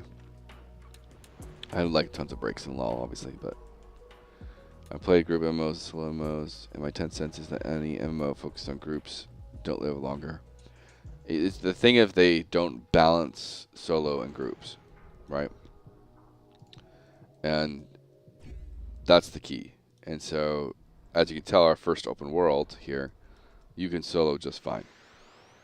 But when you want the best loot and you want the best stuff, that's when you have to go do the dungeons. And the dungeons are going to be group based. And there might be some talented players that can kill dungeon content with like 2 or 3 people, right? That's where there's a lot of, in EverQuest, there's a lot of power of duos and trios. And some of them were talented enough and skilled enough to actually do group content as a 2 or 3 person duo, a trio. And so it's about having the balance of both, and like the risk versus reward stuff and these things. And so we will be a game that, yes, you do have to group up to get the best loot, but you can do a lot of things solo. Like we want to have that aspect of when you go to a dungeon, you want to have good resources, you want to have good potions, you want to have a lot of things that give you benefits while you're down there, and so you can farm and do those gather those things on your off time, so you're ready to basically go fight in a dungeon with your group. Those things, and so now we don't want, like, there's an aspect of class diversity and class themes. Excuse me. We don't want mages and tanks and rogues to have healing power, right? Like that's weirdly given out in MMOs like crazy these days. We don't want you to have those powers, certain powers you don't want you to have, and just like vice versa, a cleric's not going to be insane damage, right? And so there's going to be a lot of classes that, you know, these classes are great at this, these classes are great at that, and you don't have things that that class has. It makes them unique. It makes them interesting and fun to play. And so we don't want, we're not, so like New World had this problem where, and some action MMOs have this problem where it's not even really a trinity kind of function of, you know, healer, tank, DPS. It's just kind of everyone's in their own world. They have their own potions and health pots, and there is no healer. And like we are a game that like you will require a healer for a lot of things. If you're soloing, you have to be careful about what you do.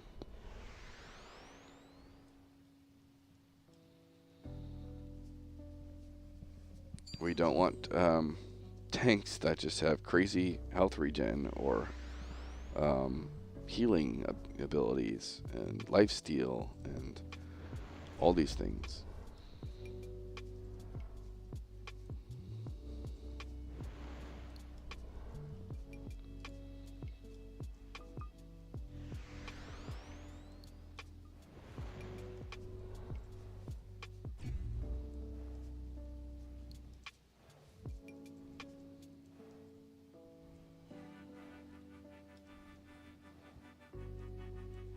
Yeah, we played Tarzan at launch. Again, it's a very big button mashing game.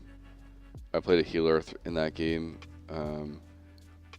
The most interesting part of it was my biggest takeaway of their biggest win was how good they were on teaching players like mechanics and stuff. I thought that was a really well done aspect. And then some of the things where you can like right click an item and see where it is in the world. Hey, your boss spawned. Player gone over there.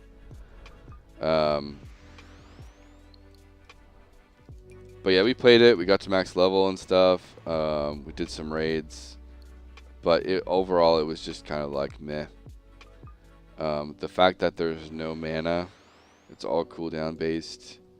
There's no thought. It's just like spam your abilities, and if you miss your rotation once or twice, your whole raid wipes, you know. It just felt, again, just too button mashy. Let's see if you get the drop.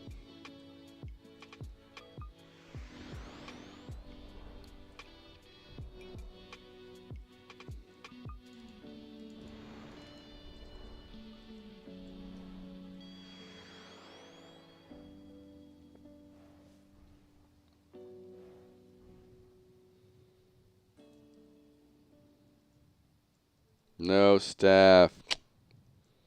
Unlucky. Unlucky.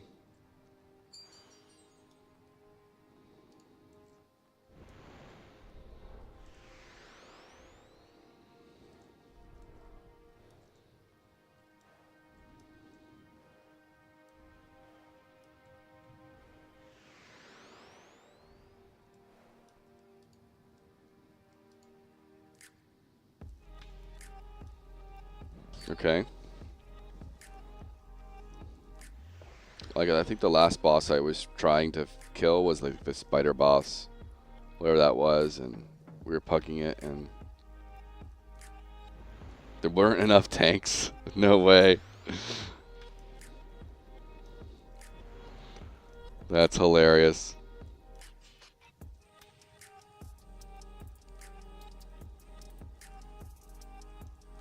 Damn.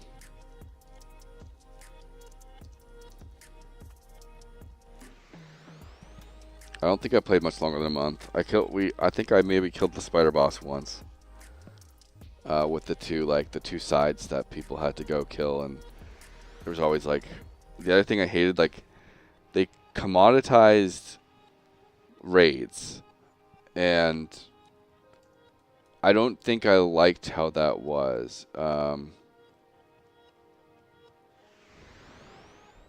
I think that ruined the experience. It made raids feel cheap and just a random thing to do.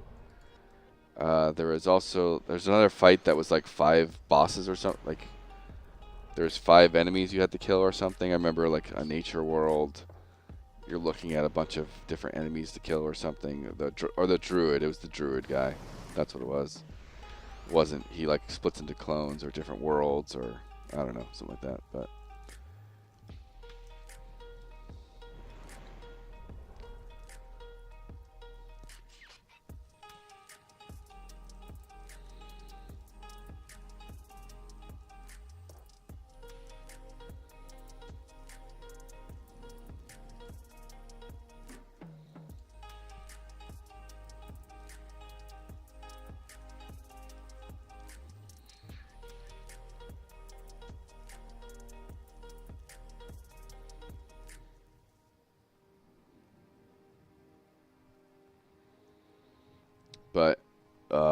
overall, like I liked it at first.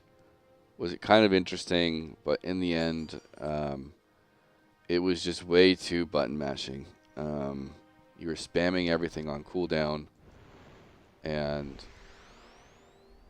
literally it just felt like if you missed, like sometimes you could recover for missing a proper rotation, once.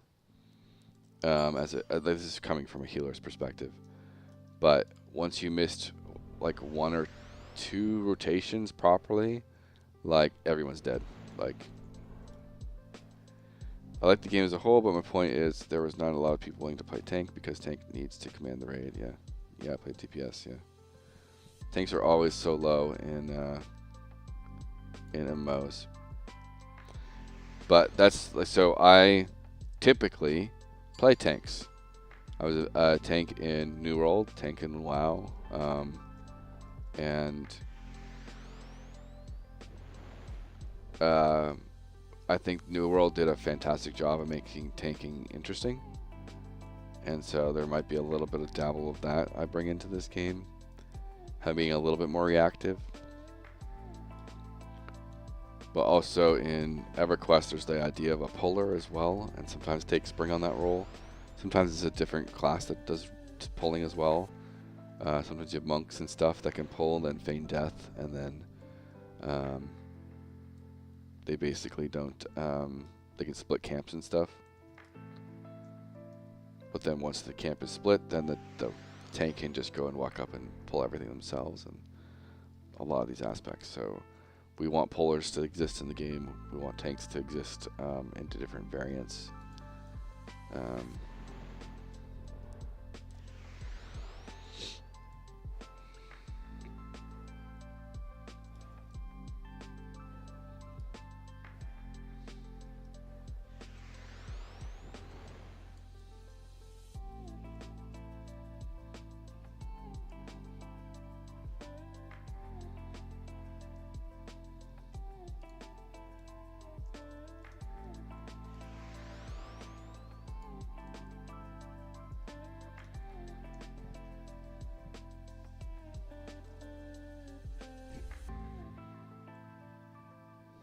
No, this entire time I'm moving to Enchanter, and I'm not even giving you a mana regen buff. Not that it really matters, but.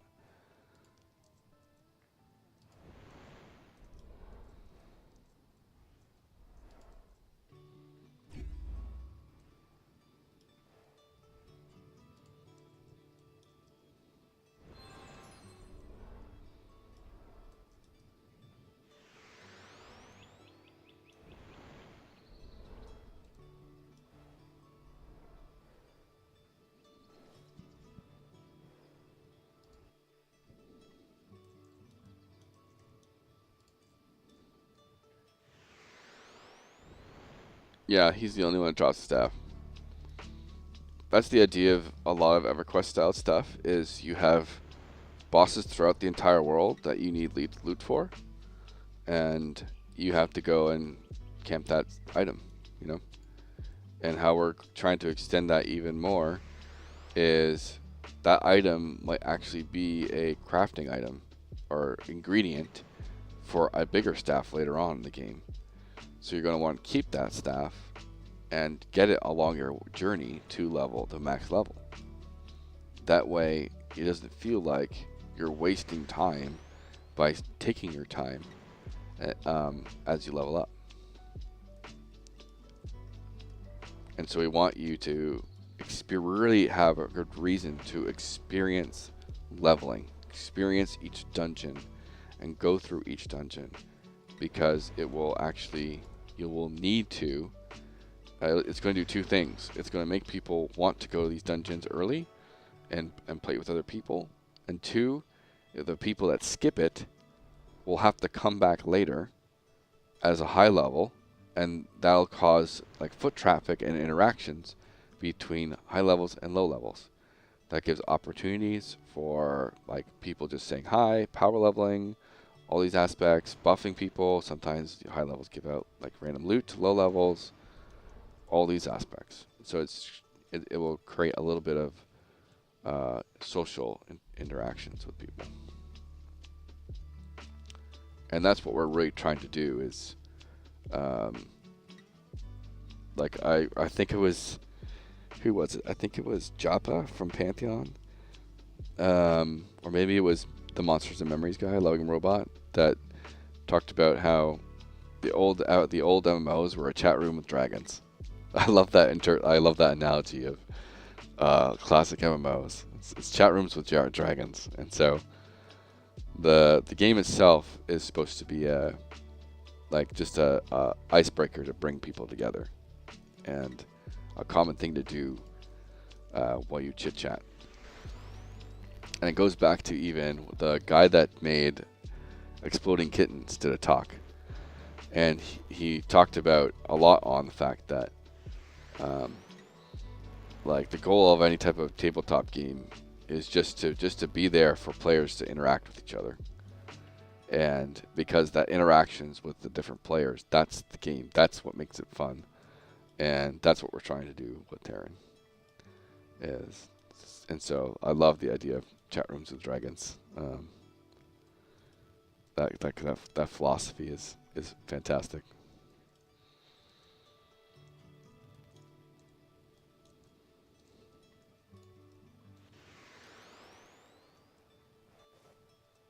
And so, like, you can imagine if, like, obviously monsters here is supposed to be a little bit harder, right? And certain areas will be harder than others. Like, if you had a group of people here just farming monsters and chit-chatting, you know, that, and then you celebrate your levels, your loot together, and you make plans later on, you know, it's good stuff.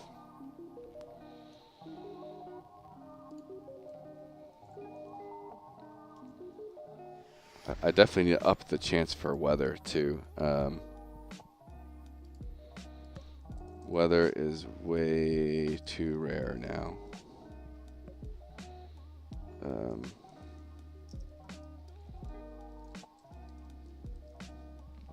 The fact that we haven't got a single, you saw raining a few times. Interesting. I wasn't online at those times, right? Or was I?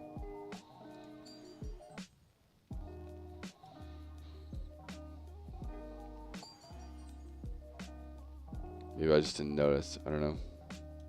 Oh. Did it? No. Wait. Here it rains? What? You're saying that you moved into a different area of the world than it was raining?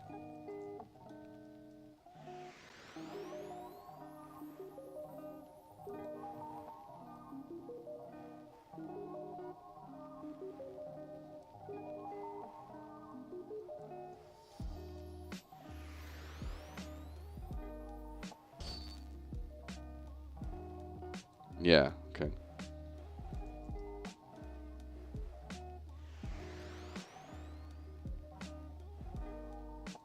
Wait, so it's raining for you right now, right here?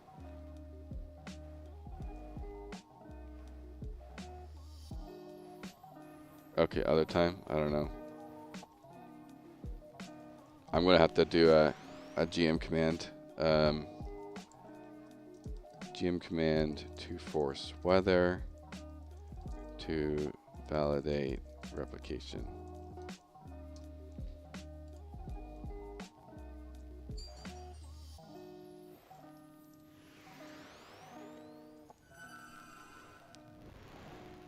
So it doesn't change for me on weather though.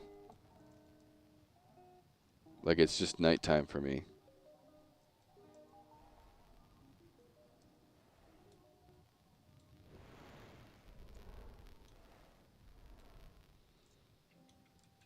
So that's very interesting.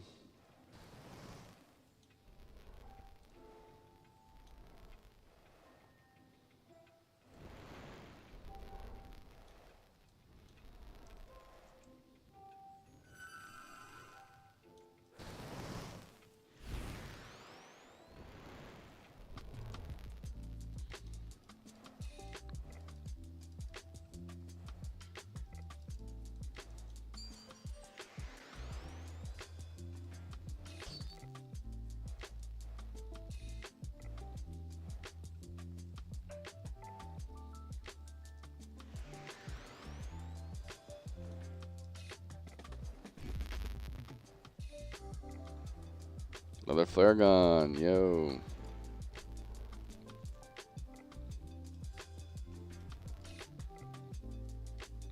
I'm gonna have to buff HP so much or nerf damage, one of the two.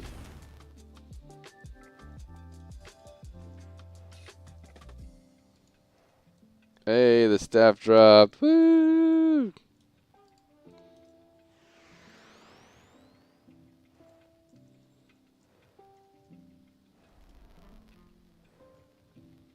And so you'll see the proc you get is underneath your mana bar.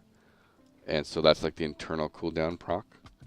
And it'll go off. It's like a 5-second cooldown or something like that. And so, and obviously it's obviously a huge power boost as well.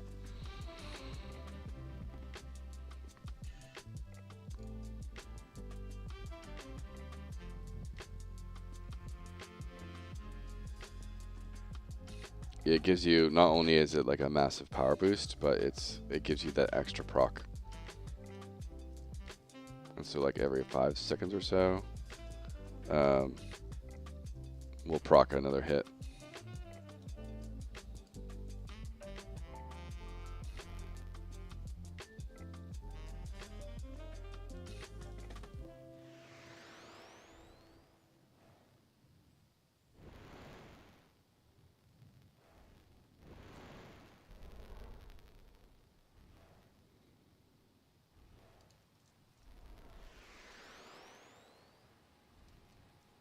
Then I have one of the loots from the actual Skagente, the King, Skeleton King.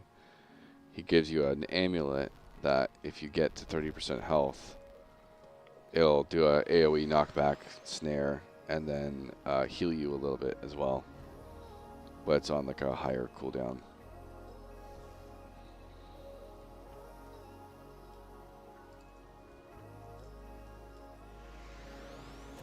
And only enchanters, mages, and clerics can use it.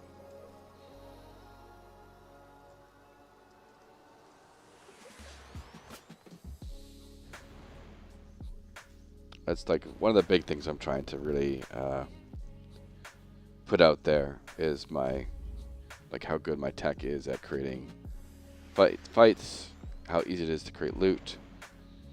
Again, I basically created, was it 16 times 6, 96 abilities yesterday. Some of them obviously were just damage tweaks, but some of the stuff like the pet setup for the enchanter was a lot more complicated. Hunter's traps that were a lot more complicated to set up the different variations and versions of them. I integrated a new trap, a kick trap. So you can place a trap and kick it towards a target. And that feels really cool. Before, traps just felt like useless, but now that you can kick them at your target, it actually feels really fun. And traps actually are your generator as well, so it helps with your actual generation of things.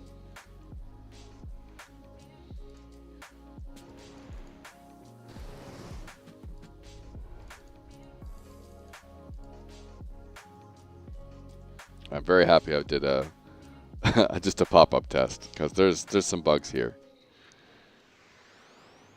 I can't believe so many things just aren't hitting and attacking.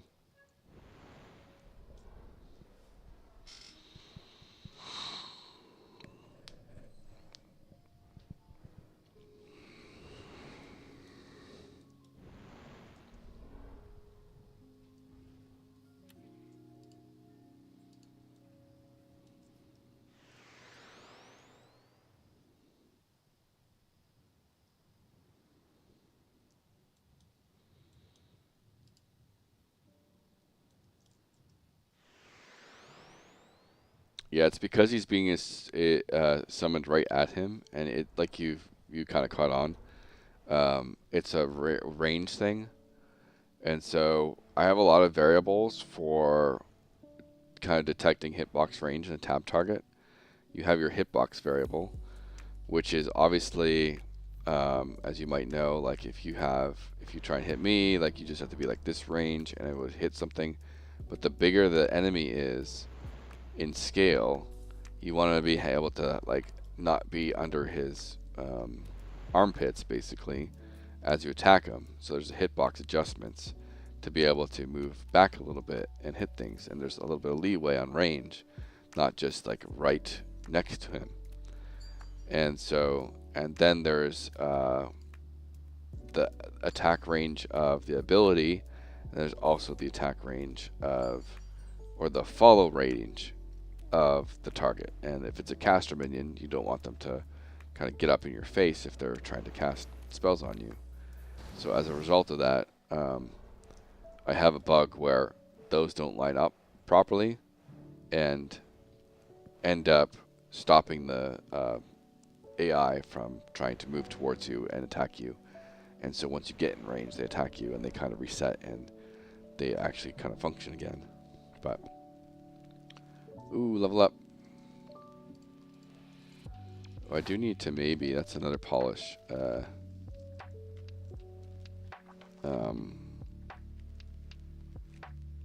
Level up effect. Death effect. Fix AI attack range stuff.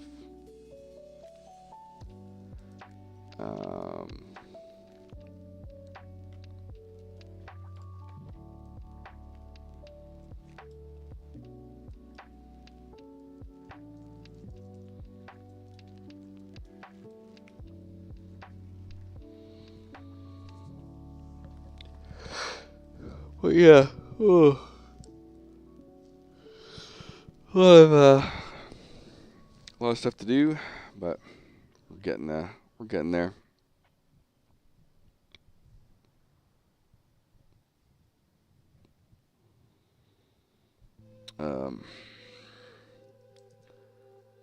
Nerf level difference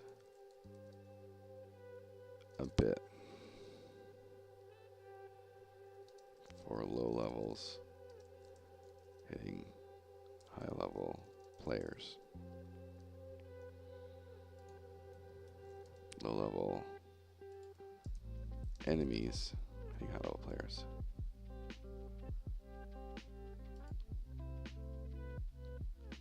Okay, that could be enemies on the ground too. I'll check into it. Collision on loot drops or dead enemies.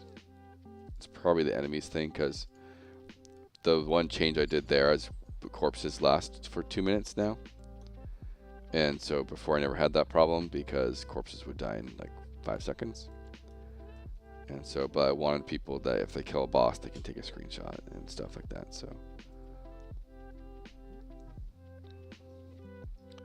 yeah, it's a weird like follow radius thing, and it wasn't this bad that long ago, which is weird.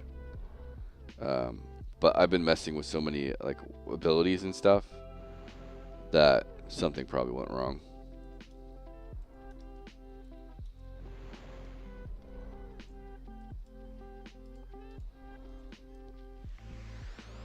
We can go try and let's go switch over to the water elementals now. Probably need to do a quick let's go to the water elementals and I'll record us fighting a little bit.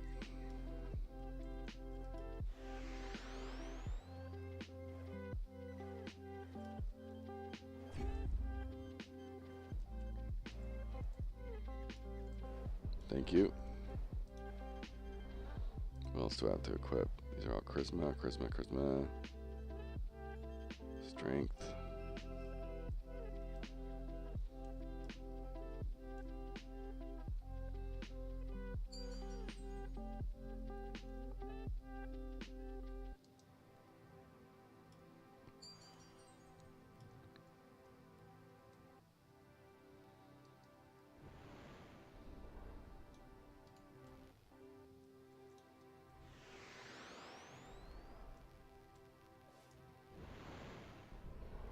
I'm going to close the engine. Don't think I have any.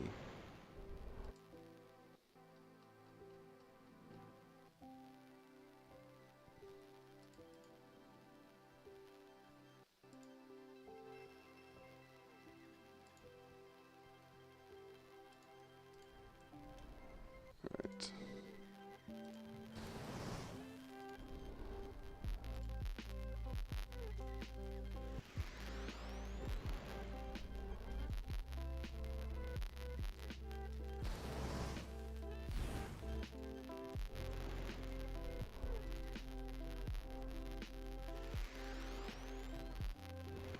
Yeah, like even my pets are having issues attacking for no reason. So I have to recalculate the whole thing. I have to always make sure there's like a minimum.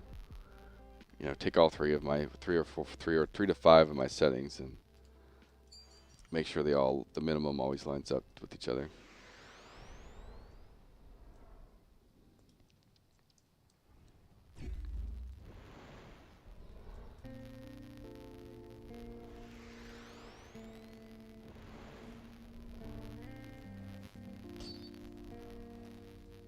Alright, I'm going to record us fighting a little bit. Give me some content for my next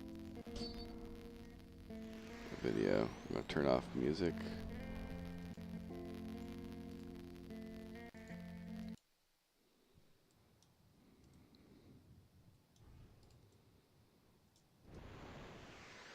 I'm trying to do more videos of just like recording a little bit of gameplay and talking over it of some topic on Indie MMOs.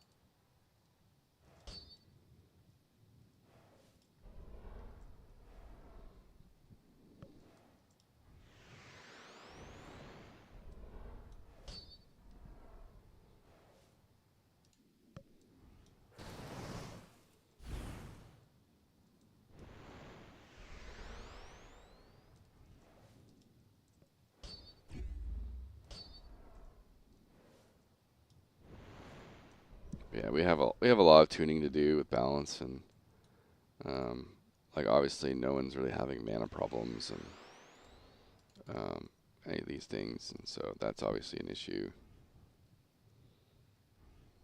Which bug? The move speed bug? Oh, you might be walking. Hit control.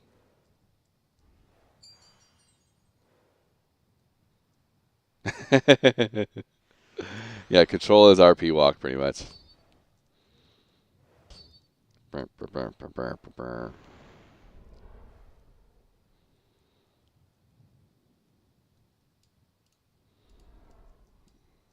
gotta have RP walk in, you know?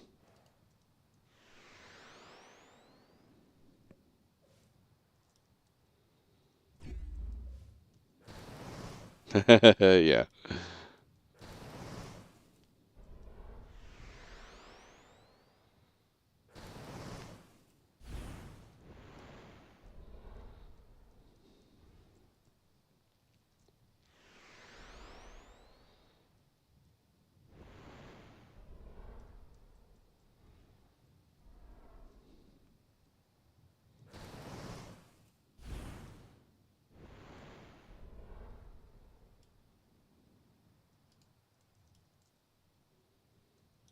Wonder if he's needed to spawn over here at all. So the new bot, the water boss is called Hasten. It's a little bit another Easter egg gem to. There's a known quest in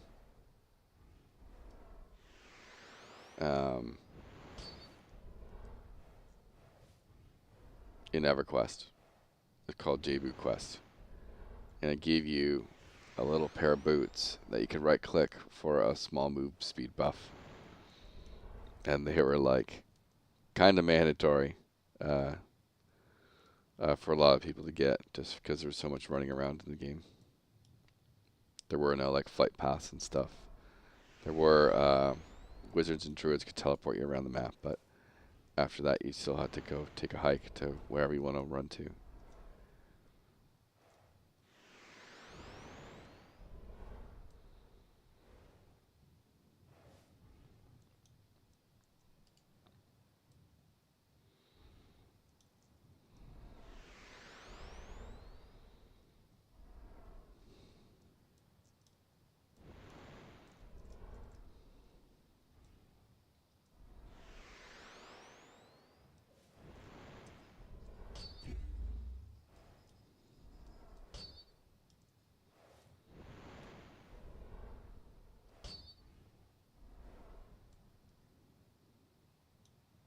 There's another placeholder on the other side of this bridge, so let's go kill these guys.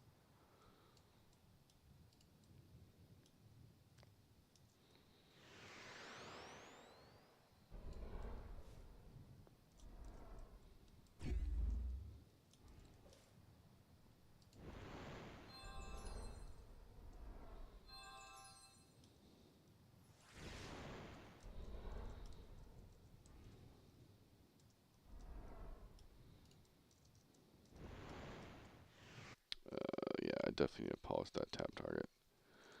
Tab target. The stupid thing is, my tab target, I literally designed it to target the closest thing. My pet just threw the world. What? Yeah, that was the first time that's happened. What the heck happened there? It did again.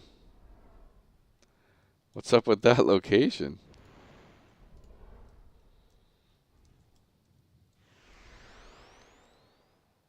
That's odd.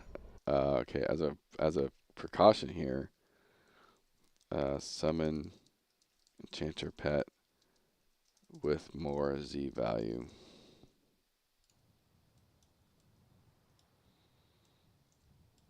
Oh, head of charisma. That's technically for me.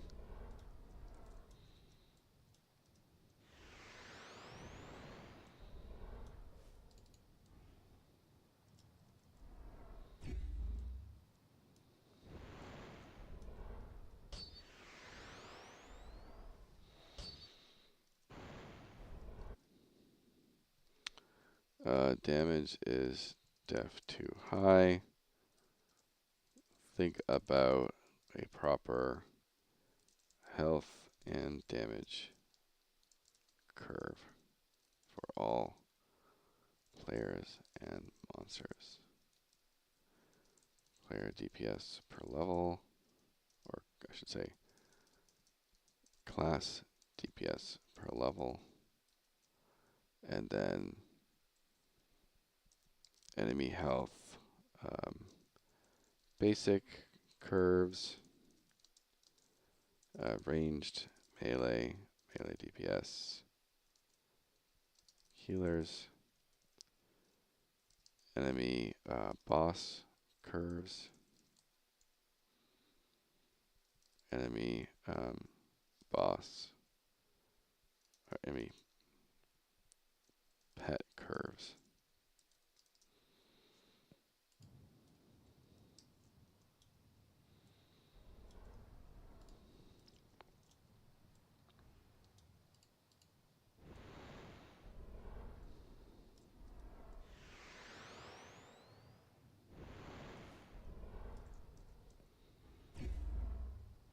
But so far, I'm really liking my the new combat rotation system. It's like when you're soloing, you don't have to entirely think about it. Like it's a little bit, you can be a little bit brainless with it, but at the same time, when it gets to grouping and stuff, and things get more serious, you're gonna be actively thinking about your orb points.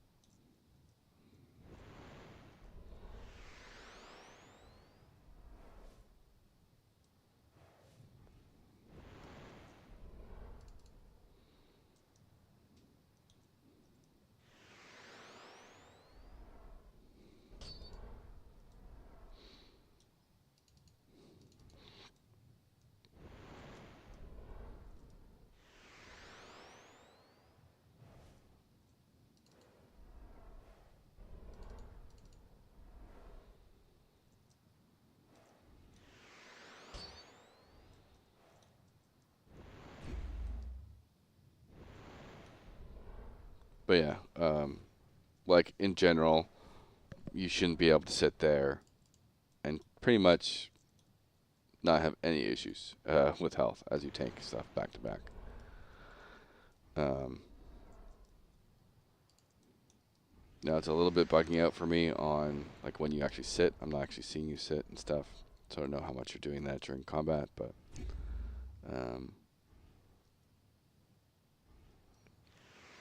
there's a lot of like number of tweaks we have to do here. Yeah, I think I have health regen just way too high. Health regen is way too high, and mana regen too high. Mana regen might not be as bad, but health regen is just phenomenally too high.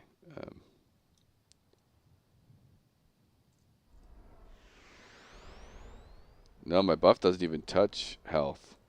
It just, I think I did a standard 5 health every 5 seconds. And I think that's just too much right now. Basically, I did do some adjustments to how regen worked. And I think it's just way too... that's partly a combo of like things not hitting you, things not doing enough damage, and a lot of these aspects of things. But in general, health regen needs to be much, much lower. And just be... probably go down to like 1 health every 5 seconds at the start. Like very, very small.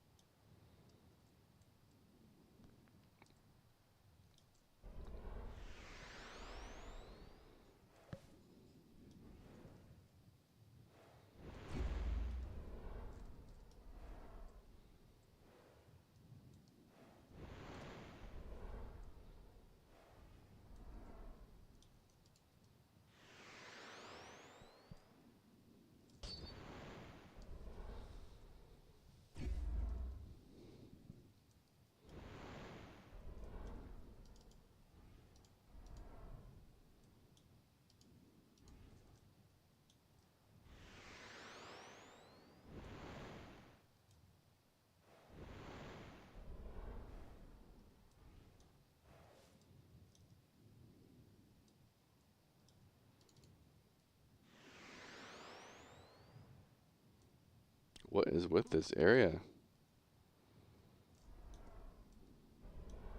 Wonder if it's a elevation thing. So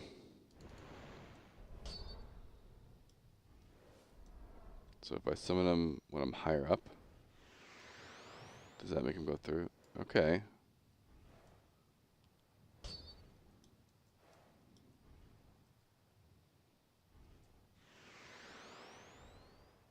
So it's some sort of weird elevation difference that if I'm above the target, it summons it differently.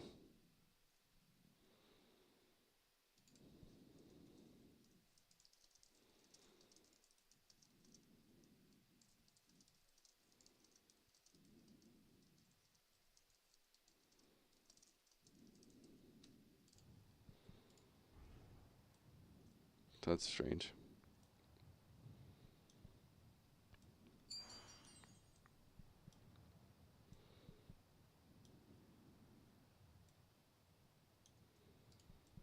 I don't think I've ever had that problem when I'm like underneath. Oh, hasten spawn. There we go. Cool. He drops movement speed boots. It's a very subtle amount, but as it should be for like a level 10 drop. You can make it as a drop item sound. I always think something drops when TV. Oh, it's kind of a nice comment.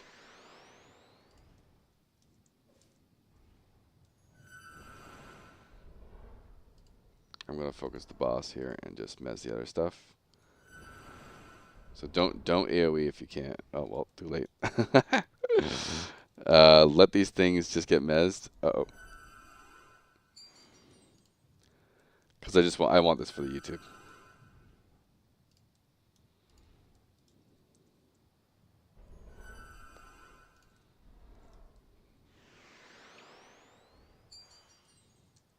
Stunning. Can't hit it. It's too high.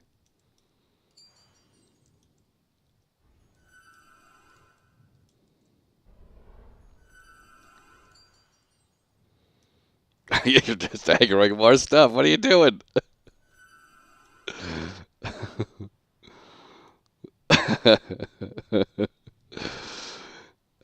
Too many repops.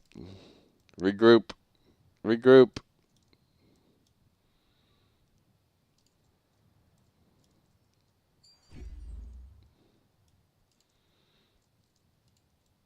No, no, no, no, no, no, no. I'm 1 health.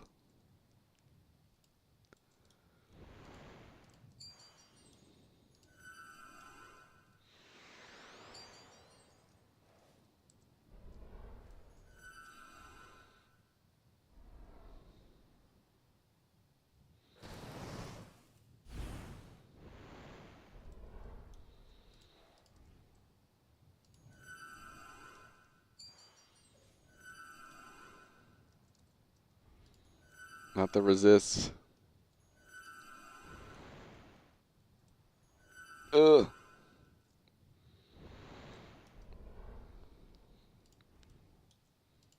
Buff your mana.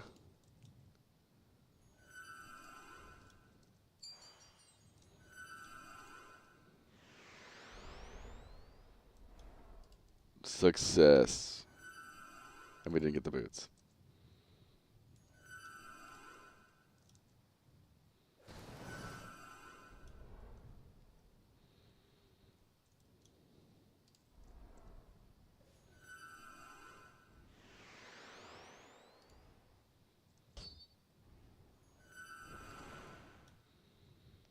That's the goal, right? That's what the goal for a boss to hit for is like, oh shit, we kind of need a tank for this, you know? We kind of need a healer for this. Like, we shouldn't be an enchanter mage tank duo going around killing everything without any problems.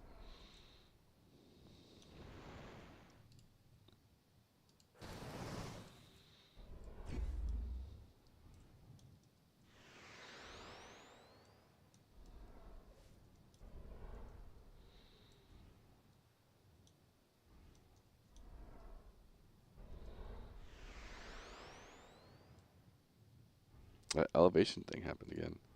He's resetting. Yep. So long, Invisible Warrior.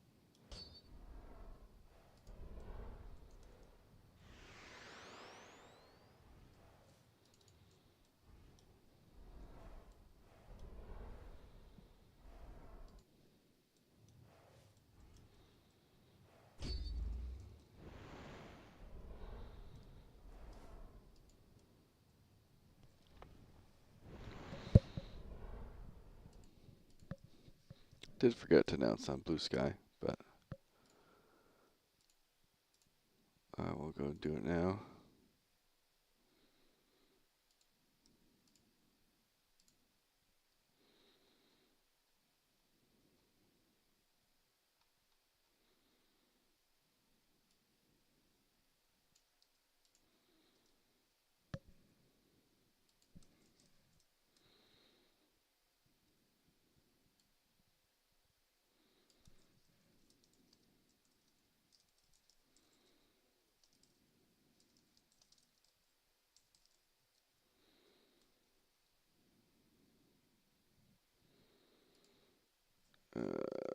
It's GameStar.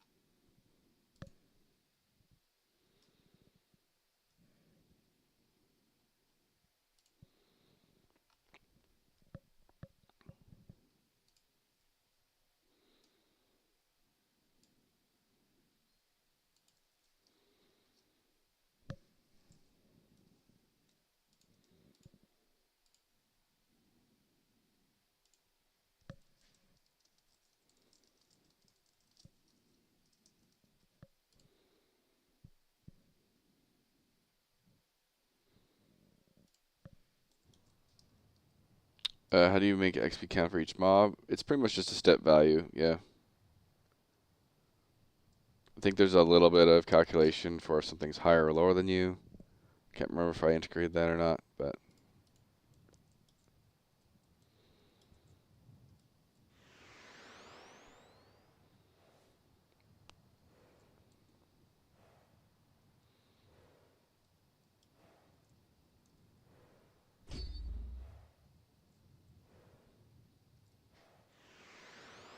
yeah, it does pop up when you're scrolling text and stuff.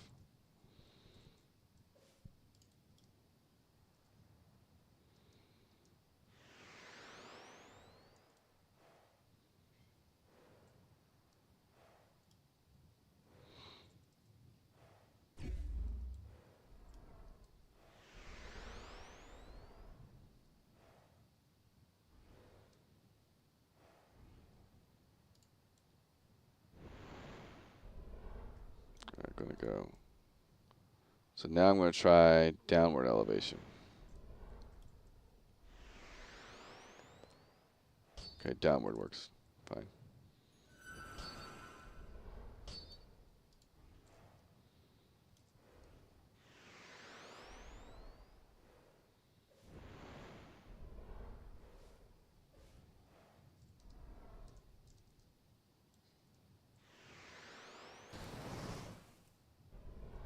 There he goes.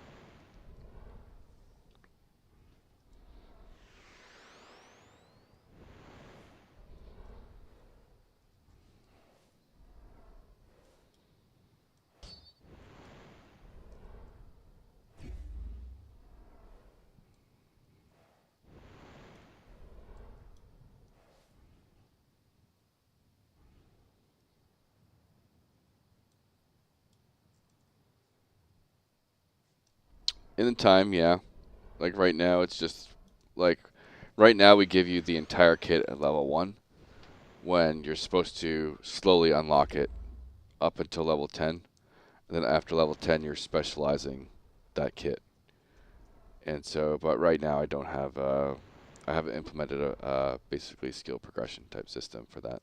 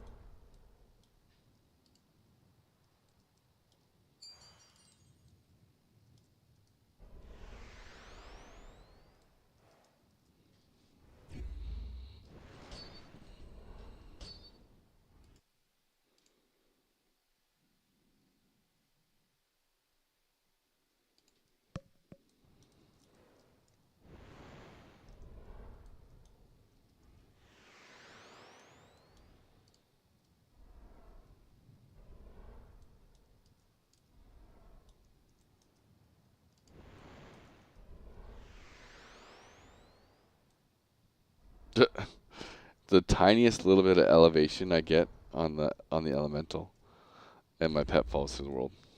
The tiniest bit of elevation.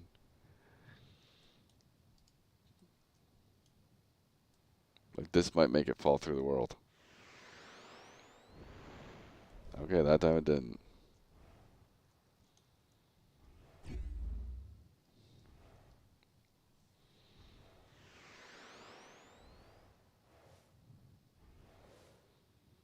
But you notice that the elemental also passes through the ground when it dies. Yeah, it's like shoved in the ground. Yep. The death animation's just a little bit. I have to understand how I want to do that because other characters are obviously going into the ground as well. So I have to. And they're not like falling completely through the world. I don't think. I think they're just their animation goes below the where they sit on the ground, and then gets under it.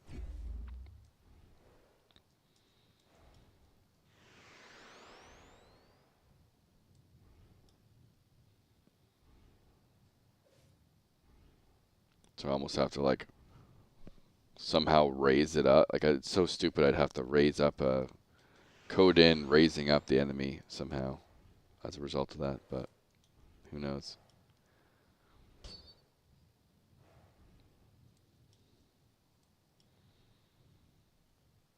I think almost everything is doing it a little bit.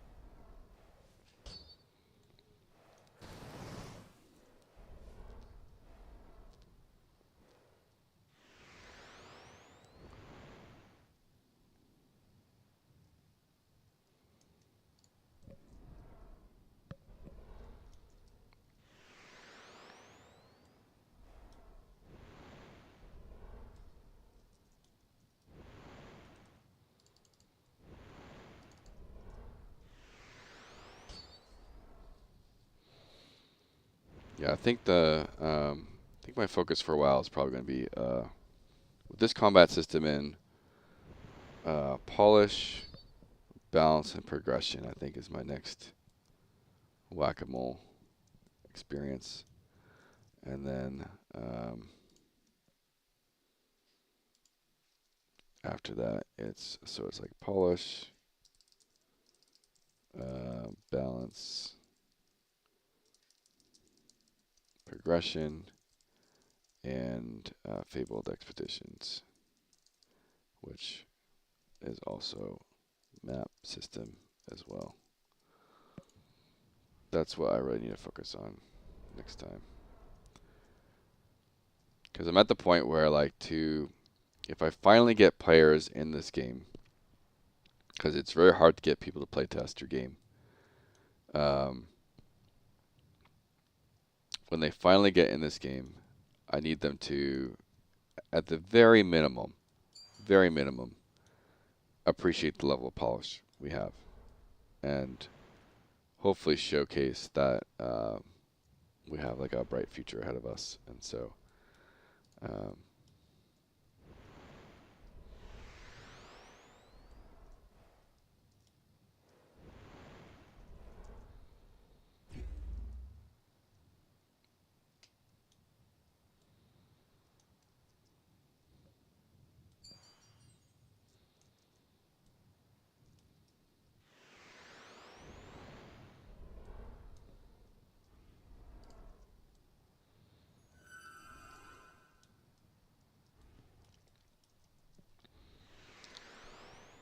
another thing I did last week was a lot of these, as things like spawn, they smoothly fade in. That was an effect I created last week, and it changed up how enemies spawn into the world and things. And they actually spawn into the world unreplicated, set all their kind of diverse stats, because I have sort of dynamic monster spawning, and so I could scale this thing to any level I want and like change its abilities based on its level, change its look and stuff. And so it has to spawn into the world first, and you don't want players attacking it during that time. There's a whole little like spawn system where it can't be seen by players, gets its stats set up, and then it gets replicated, and then fades into the world for the players. So there's a lot of little like technical tricks I had to do to get that going properly.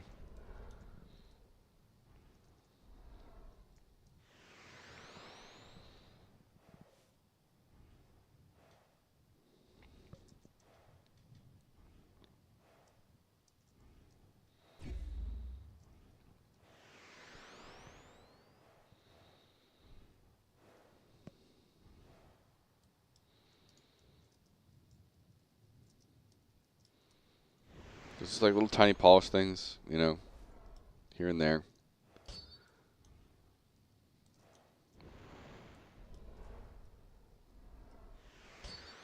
And there's a lot of these indie MMOs that are coming up, and people are trying them, and a lot of people are not playing them due to a lot of jank, you know, a lot of rough edges. And maybe their core gameplay, their core systems are good, but a lot of people get turned away by the jank, the indie jank. And so, like, everything we've kind of discovered here, indie jank, you know? Yeah, they definitely don't. And, like, we are pre-production. We're not even at alpha beta, right? Like, we are pre-production. We have not even spent more than, like, 4 or 5 months full time on this thing. Like, that's how early we are.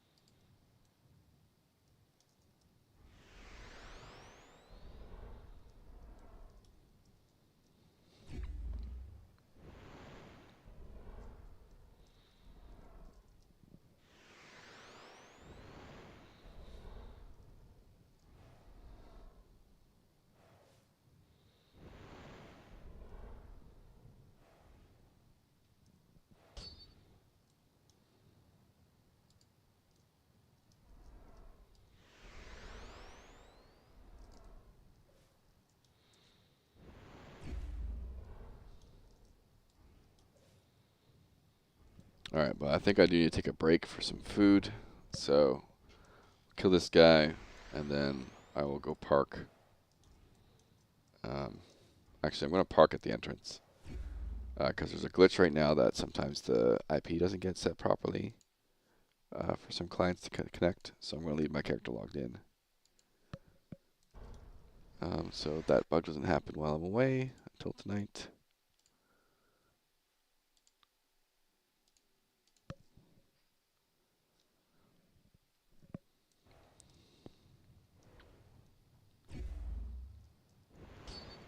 Cool. That works.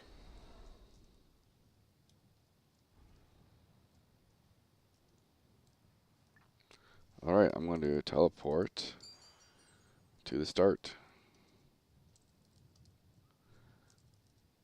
Do you want to summon here or you want to stay there?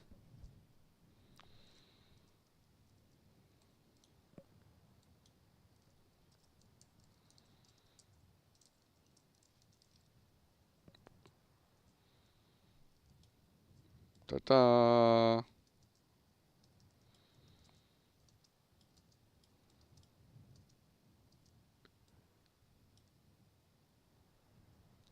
And so for you to understand the sitting while fighting.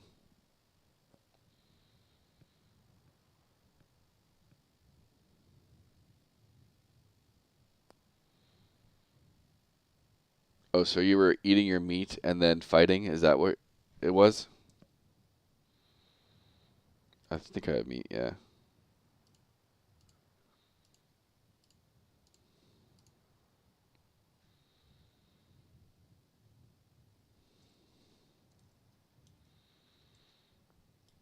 So you're basically getting your food buff and then fighting through it.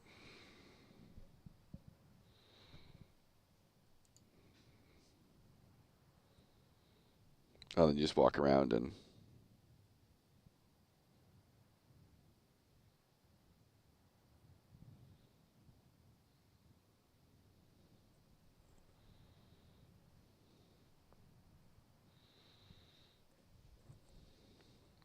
Yeah, it just stays on you.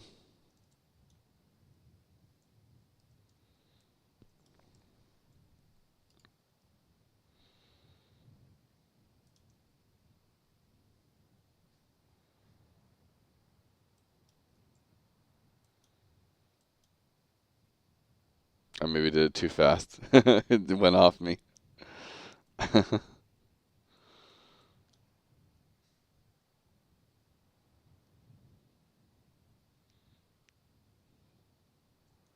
Or do you mean like sit down first, then click the food, then eat, then move? So maybe I did it wrong. I ate it already, unfortunately.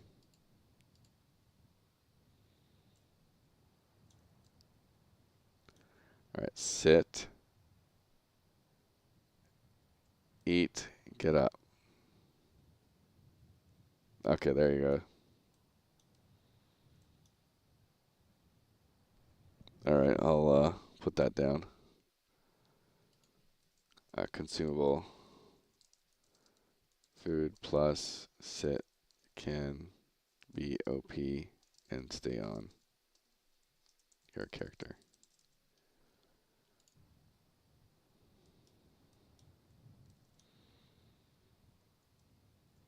Okay. Yeah, it might be some. So I have a channel system. That's basically like if you think of channeling a spell, where it's like channeling a big beam off your hand or something like that. It's called channeling. I don't know why, but it's just called that. And from vertical third, I try to do systems where it's like, if you can think about systems that are all similar, and then combine them into the same system that's very robust, then that would be really good long term. And so sitting down to, eat a consumable, but it goes off when you move, that's a channel. Even like my gun system in vertical third, when you hold down a trigger to shoot a bunch of bullets, that's channeling. You're holding a button down, doing the thing, you let go, it stops the channel. So I'm trying to create this really robust channeling system, And with that comes, when you release it, you have to basically purge those effects that is being granted. And obviously there's some sort of complication there. Not purging the effects after you sit and eat and stuff. And so, but I might, for polish stakes, I redid how regen works, and so I might just make rest not even an ability anymore. I might just make it modify how your standard regen works, and give you more if you're sitting or whatever. So, as a temporary solution right now, so I don't have to like dig too deep into bugs.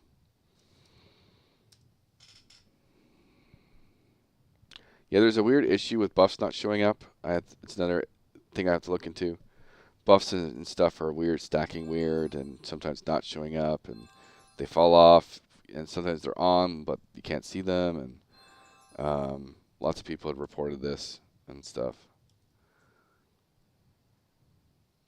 And but you can see, you know, it's clicking off now, and that's how it's supposed to work. Oh, you're channeling your spell, but if it gets interrupted and you move, then it clears the buff and the benefits you get from it. So,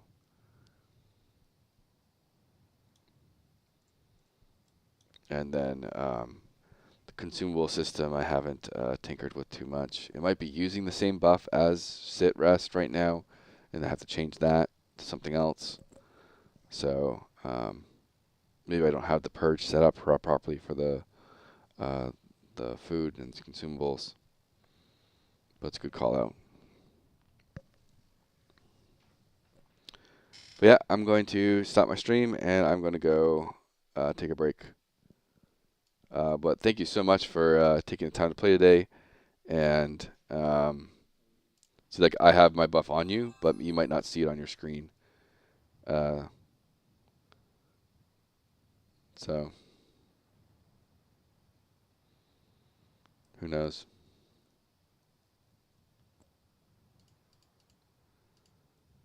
Then obviously your health, your nameplate's not updating. Again, that was another change I did to play with different scaling factors. You know, so yep. Yeah, I changed how scaling works, and it works on your nameplate, but it doesn't set it for, you know, targetable nameplates. So it's something screwing up there.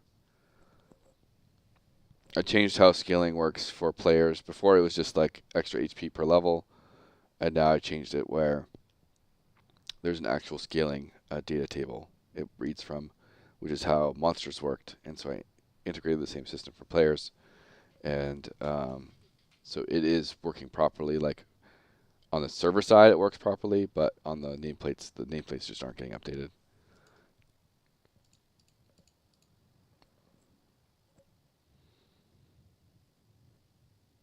It can be annoying sometimes to sync. Like you have your actual real data of your health and stuff, then you have your actual own user interface that you have to keep updated, and then you have, you know, your nameplate here that has to be updated, and then you have your actual party window that also has to be updated, and so you have to kind of make them all stay in sync, and there's different code spots for each one. And the updated code is the same, but you have to make sure that they're all pointing at the right targets and stuff. Yeah, like this resource, this is a resource widget, and it's the same resource widget no matter which location, right? So it's all the same code for each location. It's just how you point to and update them can be a little bit different at times. And so there's not like a different party widget and a different, you know, HUD widget and a different nameplate widget. It's all the same, but it's just like pointing to, you know, pointing and distributing where those things go.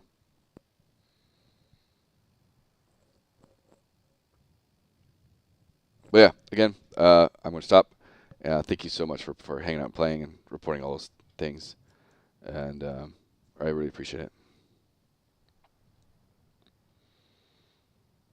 Thank you for the power level. The first power level of Tearyn here. The first mage AoE grind power level in WoW fashion.